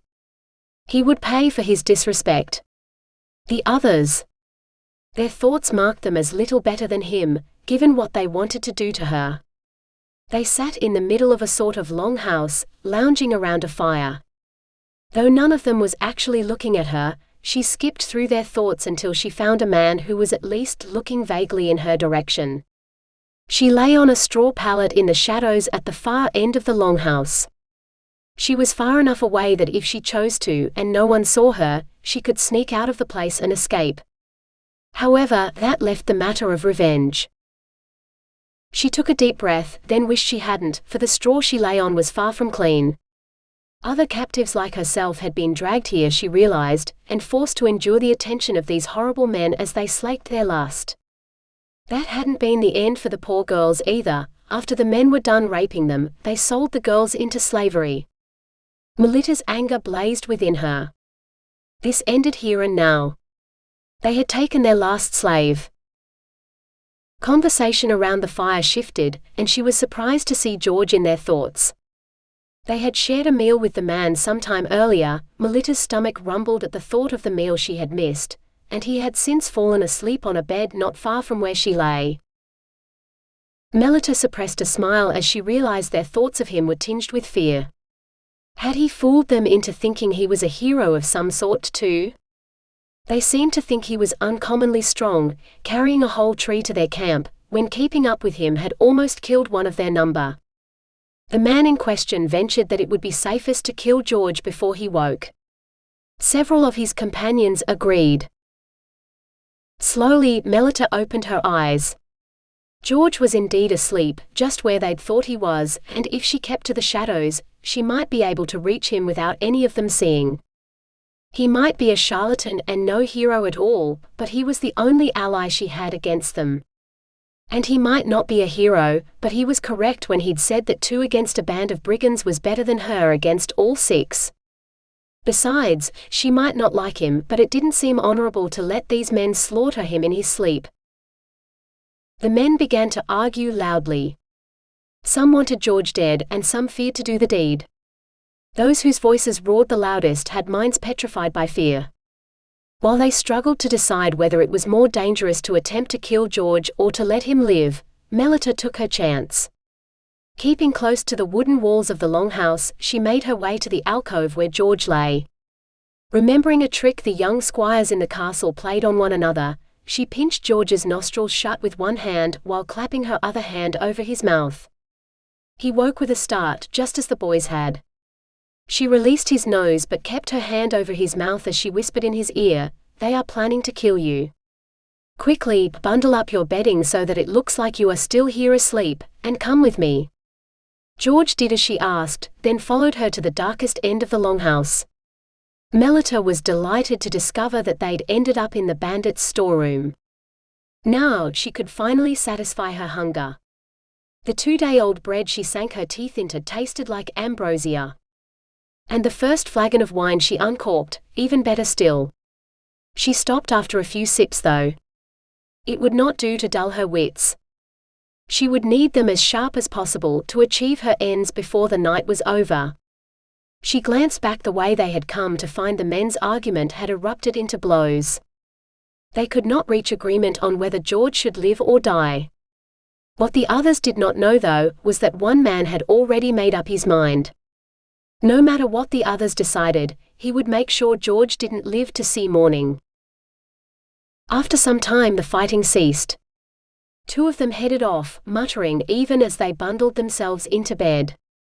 The remaining 4 sat drinking around the fire, until one by one, they succumbed to the potent brew. All but one, the man who had vowed George would die. He drank sparingly and his companions were too drunk to notice. When he was certain the others were asleep, he took his axe and stumbled toward George's bed. His head was a jumble of thoughts, the uppermost of which was anger at some trick George had played on him.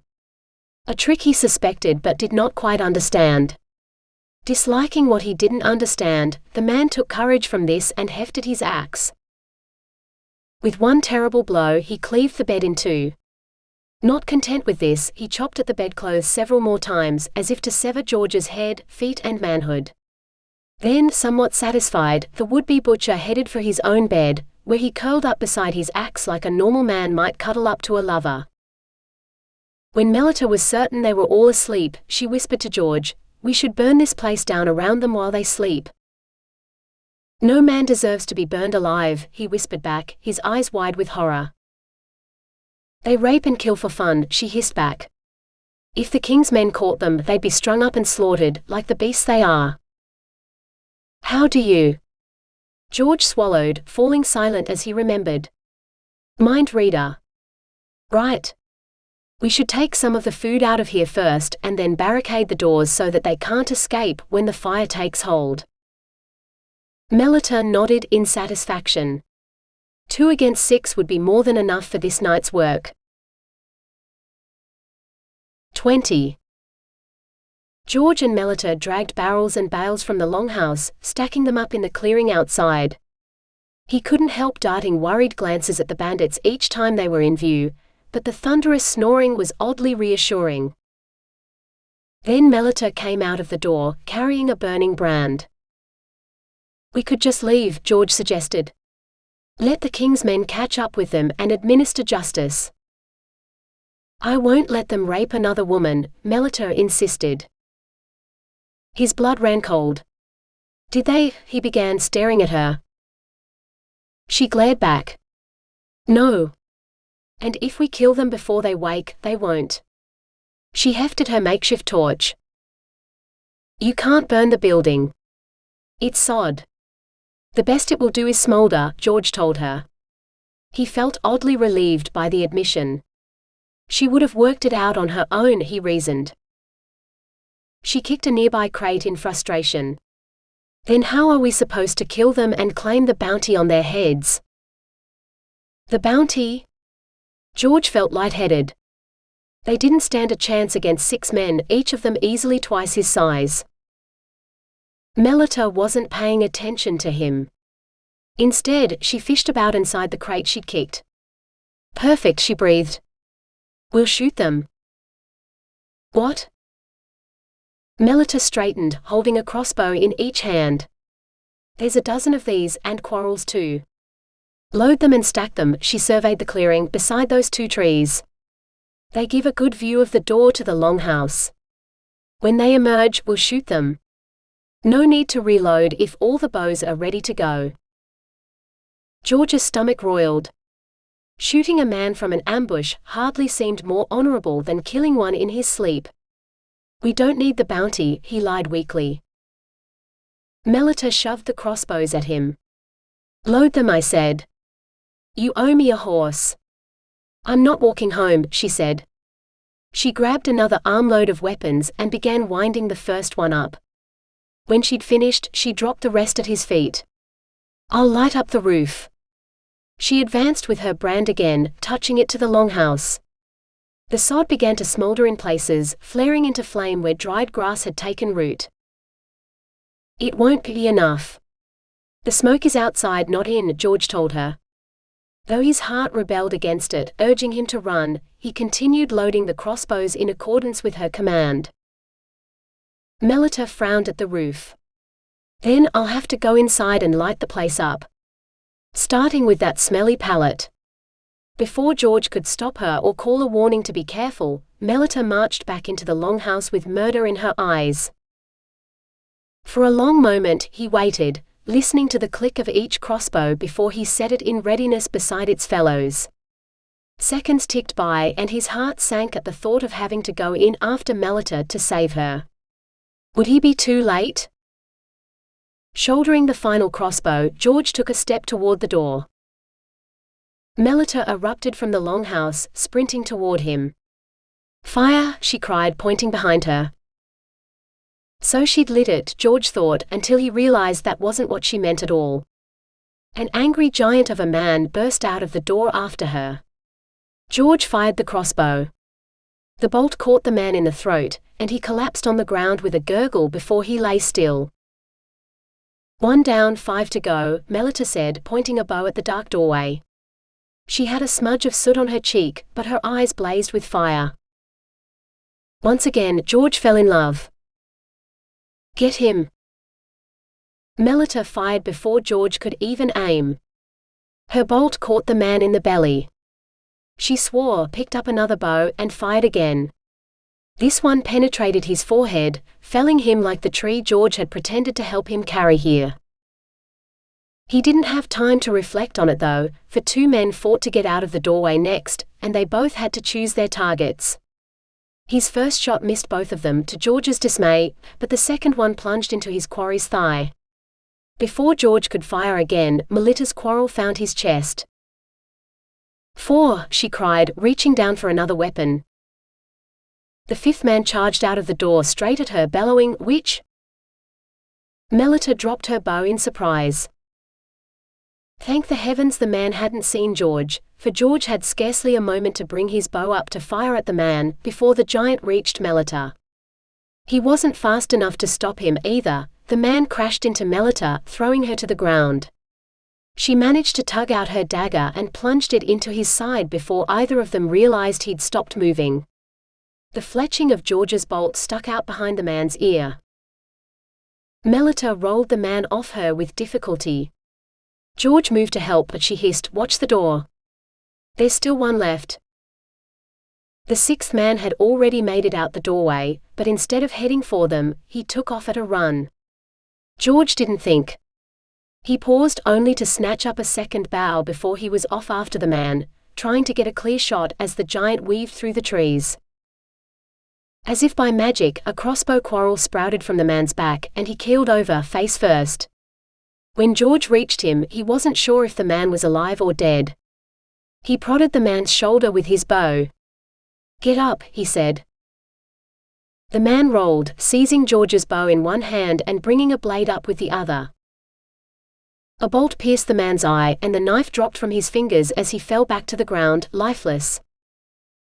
George turned. Melitta stood a dozen yards away, crossbow clutched to her side, with a look of grim satisfaction on her face. He didn't deserve a quick death. None of his victims got one. George looked askance at her, not trusting his voice. She'd killed a man. No, she'd killed 4. He'd killed 2.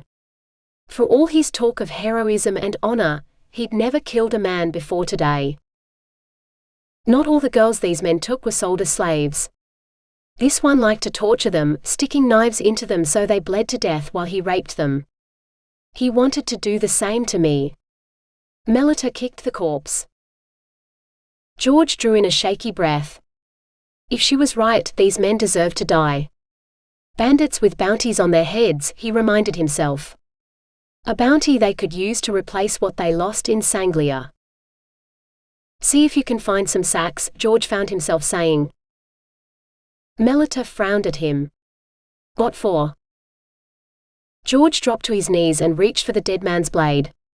We'll need to put these heads in something so we can carry them to town to claim the bounty. Now it was Melitta's turn to look sick. Right. All right. I'll see what I can find. 21. A tentative knock sounded at the door. Melitta crossed the inn's best chamber to open it. Yes, she asked. The chambermaid dropped a curtsy. Beg pardon, m'lady. I thought this was the knight's chamber. George is across the hall in what I understand is your second-best chamber, Melitta said, pointing. He said that a lady deserves the best, and a knight will make do with whatever else is available. Oh, he's a gallant one, isn't he? All chivalry and courtly love. She sighed blissfully. So romantic. When will you be married, m'lady? Married? Melitta's eyebrows rose so high she suspected they vanished into her hair. Hopefully never, she thought but didn't say. Instead she replied, when a man demonstrates he truly deserves me and asks for my hand. At the sound of a male voice clearing his throat, the maid turned bright red. The girl spun on the spot. Your armor has arrived, good sir knight, she mumbled. She bobbed a curtsy, holding out the box. She waited only long enough for George to take it from her hands before she hurried off downstairs. George's eyes met Melitta's. His expression was unreadable. So do we open it in your chamber or mine? After all, one set of this armor belongs to you. Now it was Melitta's turn to blush. If she was going home to court, she truly didn't need armor. But after killing that boar and then the giants, people looked at her differently. Well, they looked at George mostly, for he was the hero who had claimed the bounty on the bandits. But he'd split the money with her immediately, instead of taking the lion's share for himself, as Melitta would have expected. Though she might have killed more of the men, she was still just an apprentice hero. Mine is larger, Melitta said, opening the door wider to allow George in. He set the box on the table and pulled out the first piece of armor. Holding it up to his chest, he said, I believe this is yours. He was right. The leather curved in ways that no man's armor should, or needed to. Melitta felt the urge to buckle it on immediately, though there was no enemy here. She still occasionally remembered the gory mess George had made hacking off the 6 giants' heads, for she had been unable to hold down her gorge long enough to help. George had not complained, nor even mentioned it, for which she was grateful. She thought she should feel something after killing those men, but if anything she was glad. Proud to have been the one who stopped them from hurting anyone else. Was this what George had first seen in her on the day they met? The makings of a true hero? She watched him buckle his own armor over his tunic, as eager as she was to see how well it fit. He'd chosen leather, like her, despite the reward being enough for them to afford steel. Not to mention all the goods the bandits had stolen, which by right of conquest had belonged to both of them after the men were dead. She knew George still carried some of the jewels in the bottom of his saddlebags, insurance against the day when he might need to sell them. For a gold necklace could buy a fine horse and enough food to keep a hero going until his next quest. He'd offered some to her, but she had refused. When would she ever wear them? She'd left all her jewels back in her mother's apartments in the castle. She had no need for more. "I took the liberty of ordering you new boots as well," George said, pulling a pair out of the box. "Yours appear to have been damaged by water at some point." Though it seemed such a long time ago now, Melitta remembered the exact moment when it happened. She'd gotten her feet wet collecting stones to catch birds for their dinner on the lake, and all the trouble of being captured by giants and fighting her way free, she hadn't noticed they were ruined until too late. "Thank you," she said. He cleared his throat.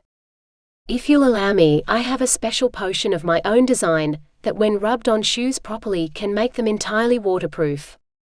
I can do it tonight, and then you never need worry about getting your feet wet, ever again." He shuffled his own feet on the floorboards, keeping his head down and not meeting her eyes. "I would be very grateful," Melitta said truthfully. "Wherever did you find such a magical potion?" George laughed. "In my father's workshop. He was a shoemaker, and until I chose a different path, so was I. His creations were much sought after at court, as were my mother's. Her embellishments were so beautiful, she made boots for the king and queen themselves.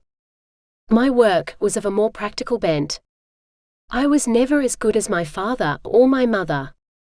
So I made shoes for the rest of the town, while my mother and father made shoes for those who could afford the best." Melitta touched the leather.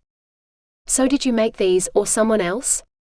They were as fine as any she'd worn at home, but her knowledge was all about cloth, not leather. George smiled sadly. "Not me. You deserve the best, so a better shoemaker than me made them. Perhaps not as fine as my mother's work, but she had a rare gift, may God rest her soul." He spread his hands wide. "May I help you put them on, to see if they fit?" Melitta couldn't say no. She perched on the edge of a chair and George knelt before her.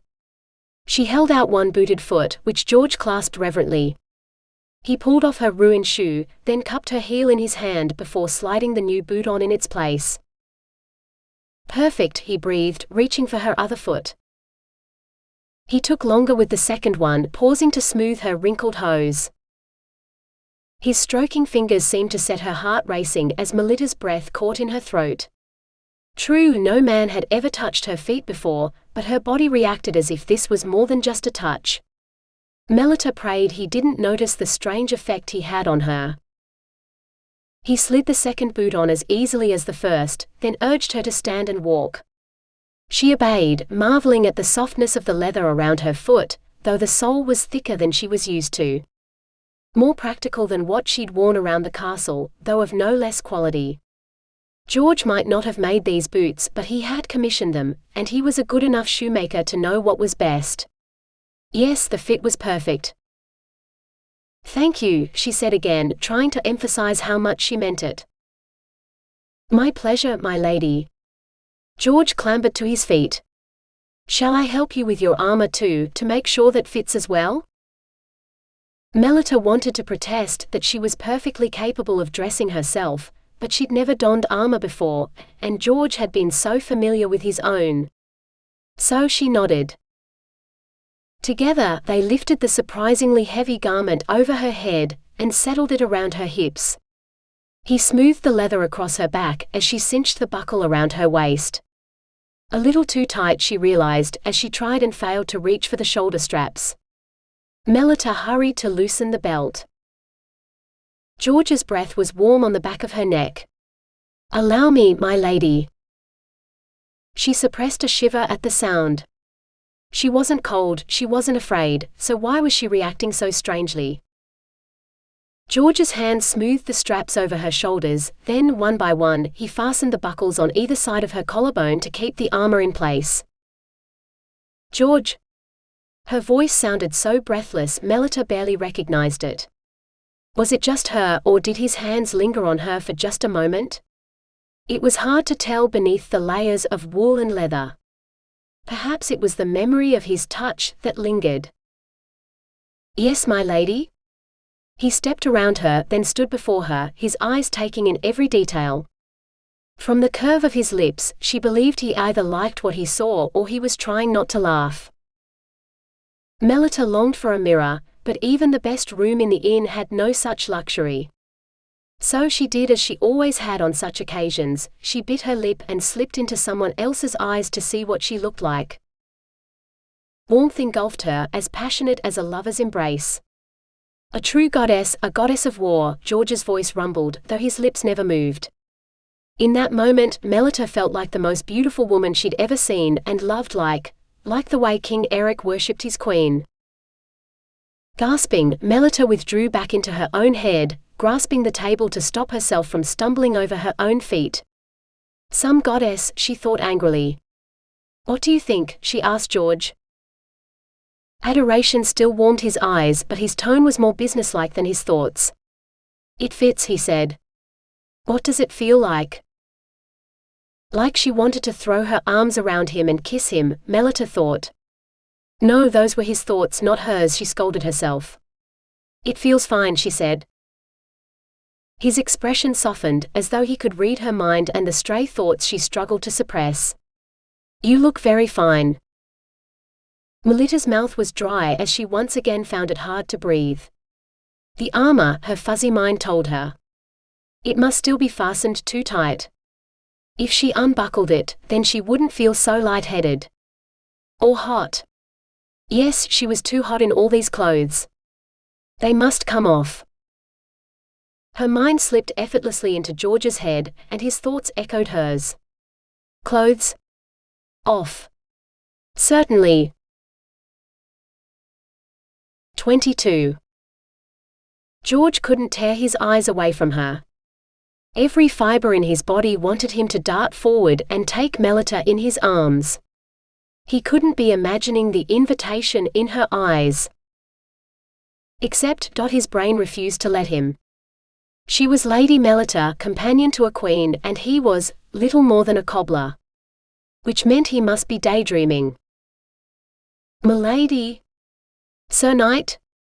A maidservant dropped a deep curtsy in the doorway.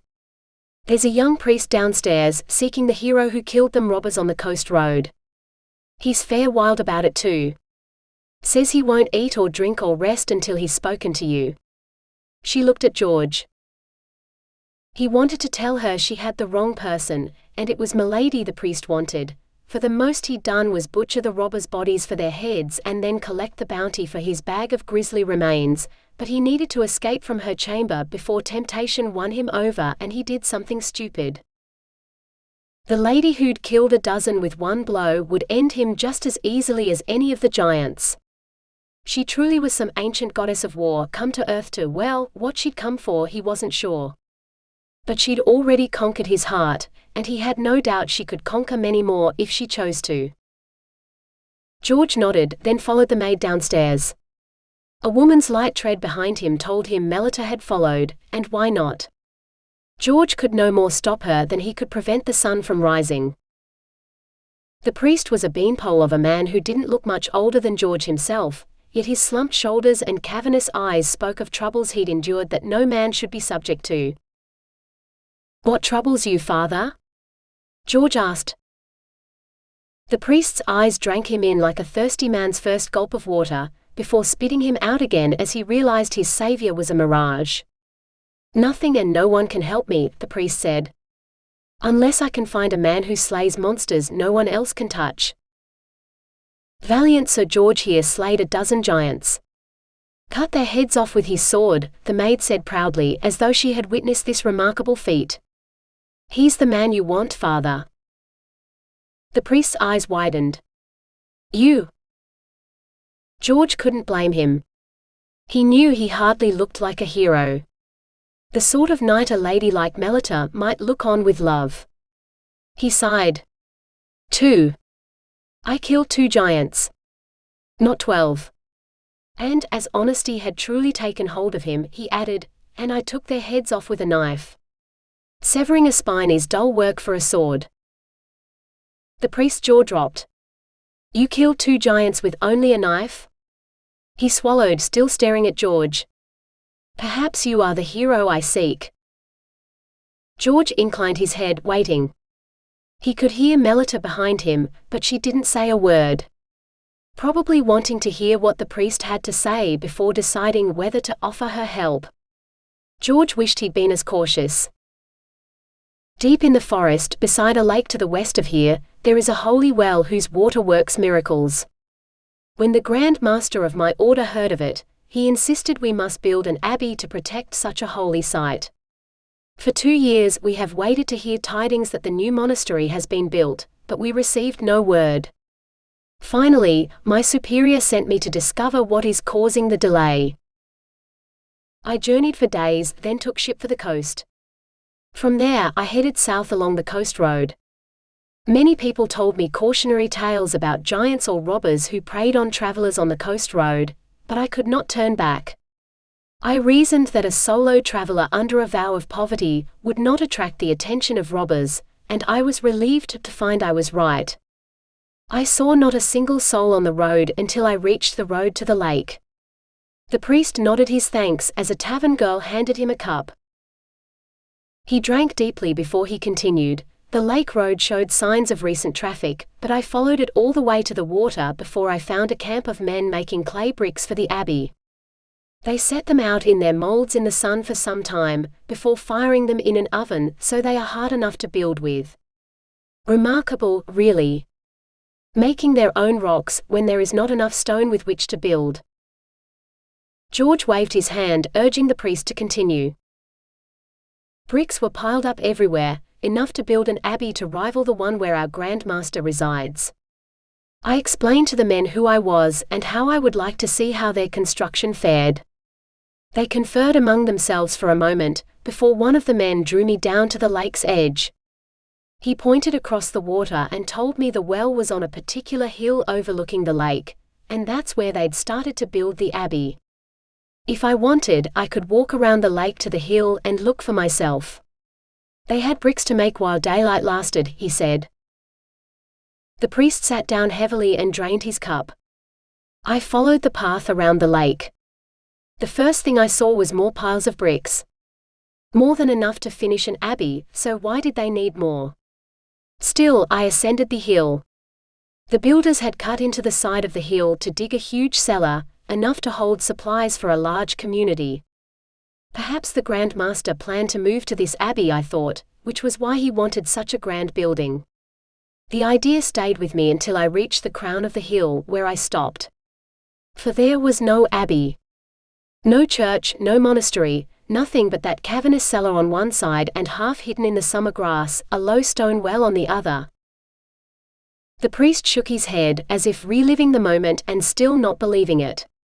It was a hot day and I had quite a thirst.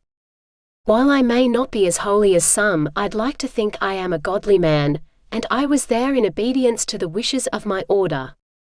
So I approached the well, intending to drink those most holy waters. Melitta made an impatient sound in her throat. The priest hung his head. I know, mistress. I am human and I was tempted. I will pay my penance for such presumption, I promise. I pulled up a bucket of water, and the moment the liquid touched my lips. Here the priest's voice seemed to fail him. He swiped a hand across his brow. I am sorry. 23. The priest's fear was so thick Melitta could almost taste it. Cloying and bitter, yet he drank the draught because it was his duty to do so. He lived and would die for the vows he'd made to his order. From the trees there erupted a creature I can only describe as the wrath of God made flesh. It shone as bright as the sun, fearsome to look at, and moved nigh as fast as that very orb's rays. The thunder of its hooves would have shaken the very heavens above as it charged toward me. The priest swallowed. I think it would have impaled me and tossed me into the well, as a warning to others who dare to take what they do not deserve. I suspect I would have deserved my fate, but I had not the faith to accept it. Weak as I was, I ran around the well and into the forest as fast as I could, back to the brickmaker's camp. It was only when I reached the other men that I realized the beast had not followed me, and I was safe. Even though Melitta had seen the image in the man's mind, she didn't believe it. Such creatures couldn't exist. And if they did, what he wanted them to do sat squarely in the realms of sacrilege. George folded his arms across his chest. Melitta had to admit that the new breastplate made him look more muscled than was actually the case. So you want us to go to this building site of yours and slay a beast? The priest nodded fervently. Oh yes. If you will do that, I can promise you a rich reward. Not just in heaven but here on earth as well. My superiors gave me enough gold to hire more laborers if that was the problem, or material if it is missing, but no amount of coin will convince workmen to build the abbey as long as it is guarded by a fearsome beast. We'll take the job, George said promptly before Melitta could stop him. Will you take us to the construction camp on the morrow? Of course, Sir George, the priest said warmly, sagging with relief against the bench. He glanced at Melitta. Are you taking the lady with you, sir? Dread twisted in Melitta's belly. This was a bad idea, and she needed to tell George that before he committed himself, and maybe even her, to this folly. Of course, George said. It's a little-known piece of law that having a virgin present can calm even the most savage beast. She is my secret weapon. He deliberately avoided meeting Melitta's gaze. Wait until he sees what his secret weapon will do to him the moment no one's looking, Melitta fumed. She wanted no part in this. The priest, who had recovered his spirits remarkably quickly, called for food and drink to celebrate the bargain he and George had made. Try as she might, Melitta couldn't seem to get George's attention long enough to warn him about what the priest wanted. After a frustrating hour, she gave up and headed upstairs to her chamber to get some sleep. She'd tell him in the morning, she decided, right before she rode off in the opposite direction. She'd had her fill of heroes and those who hired them. She'd head home and, if she still wanted to, slay monsters there.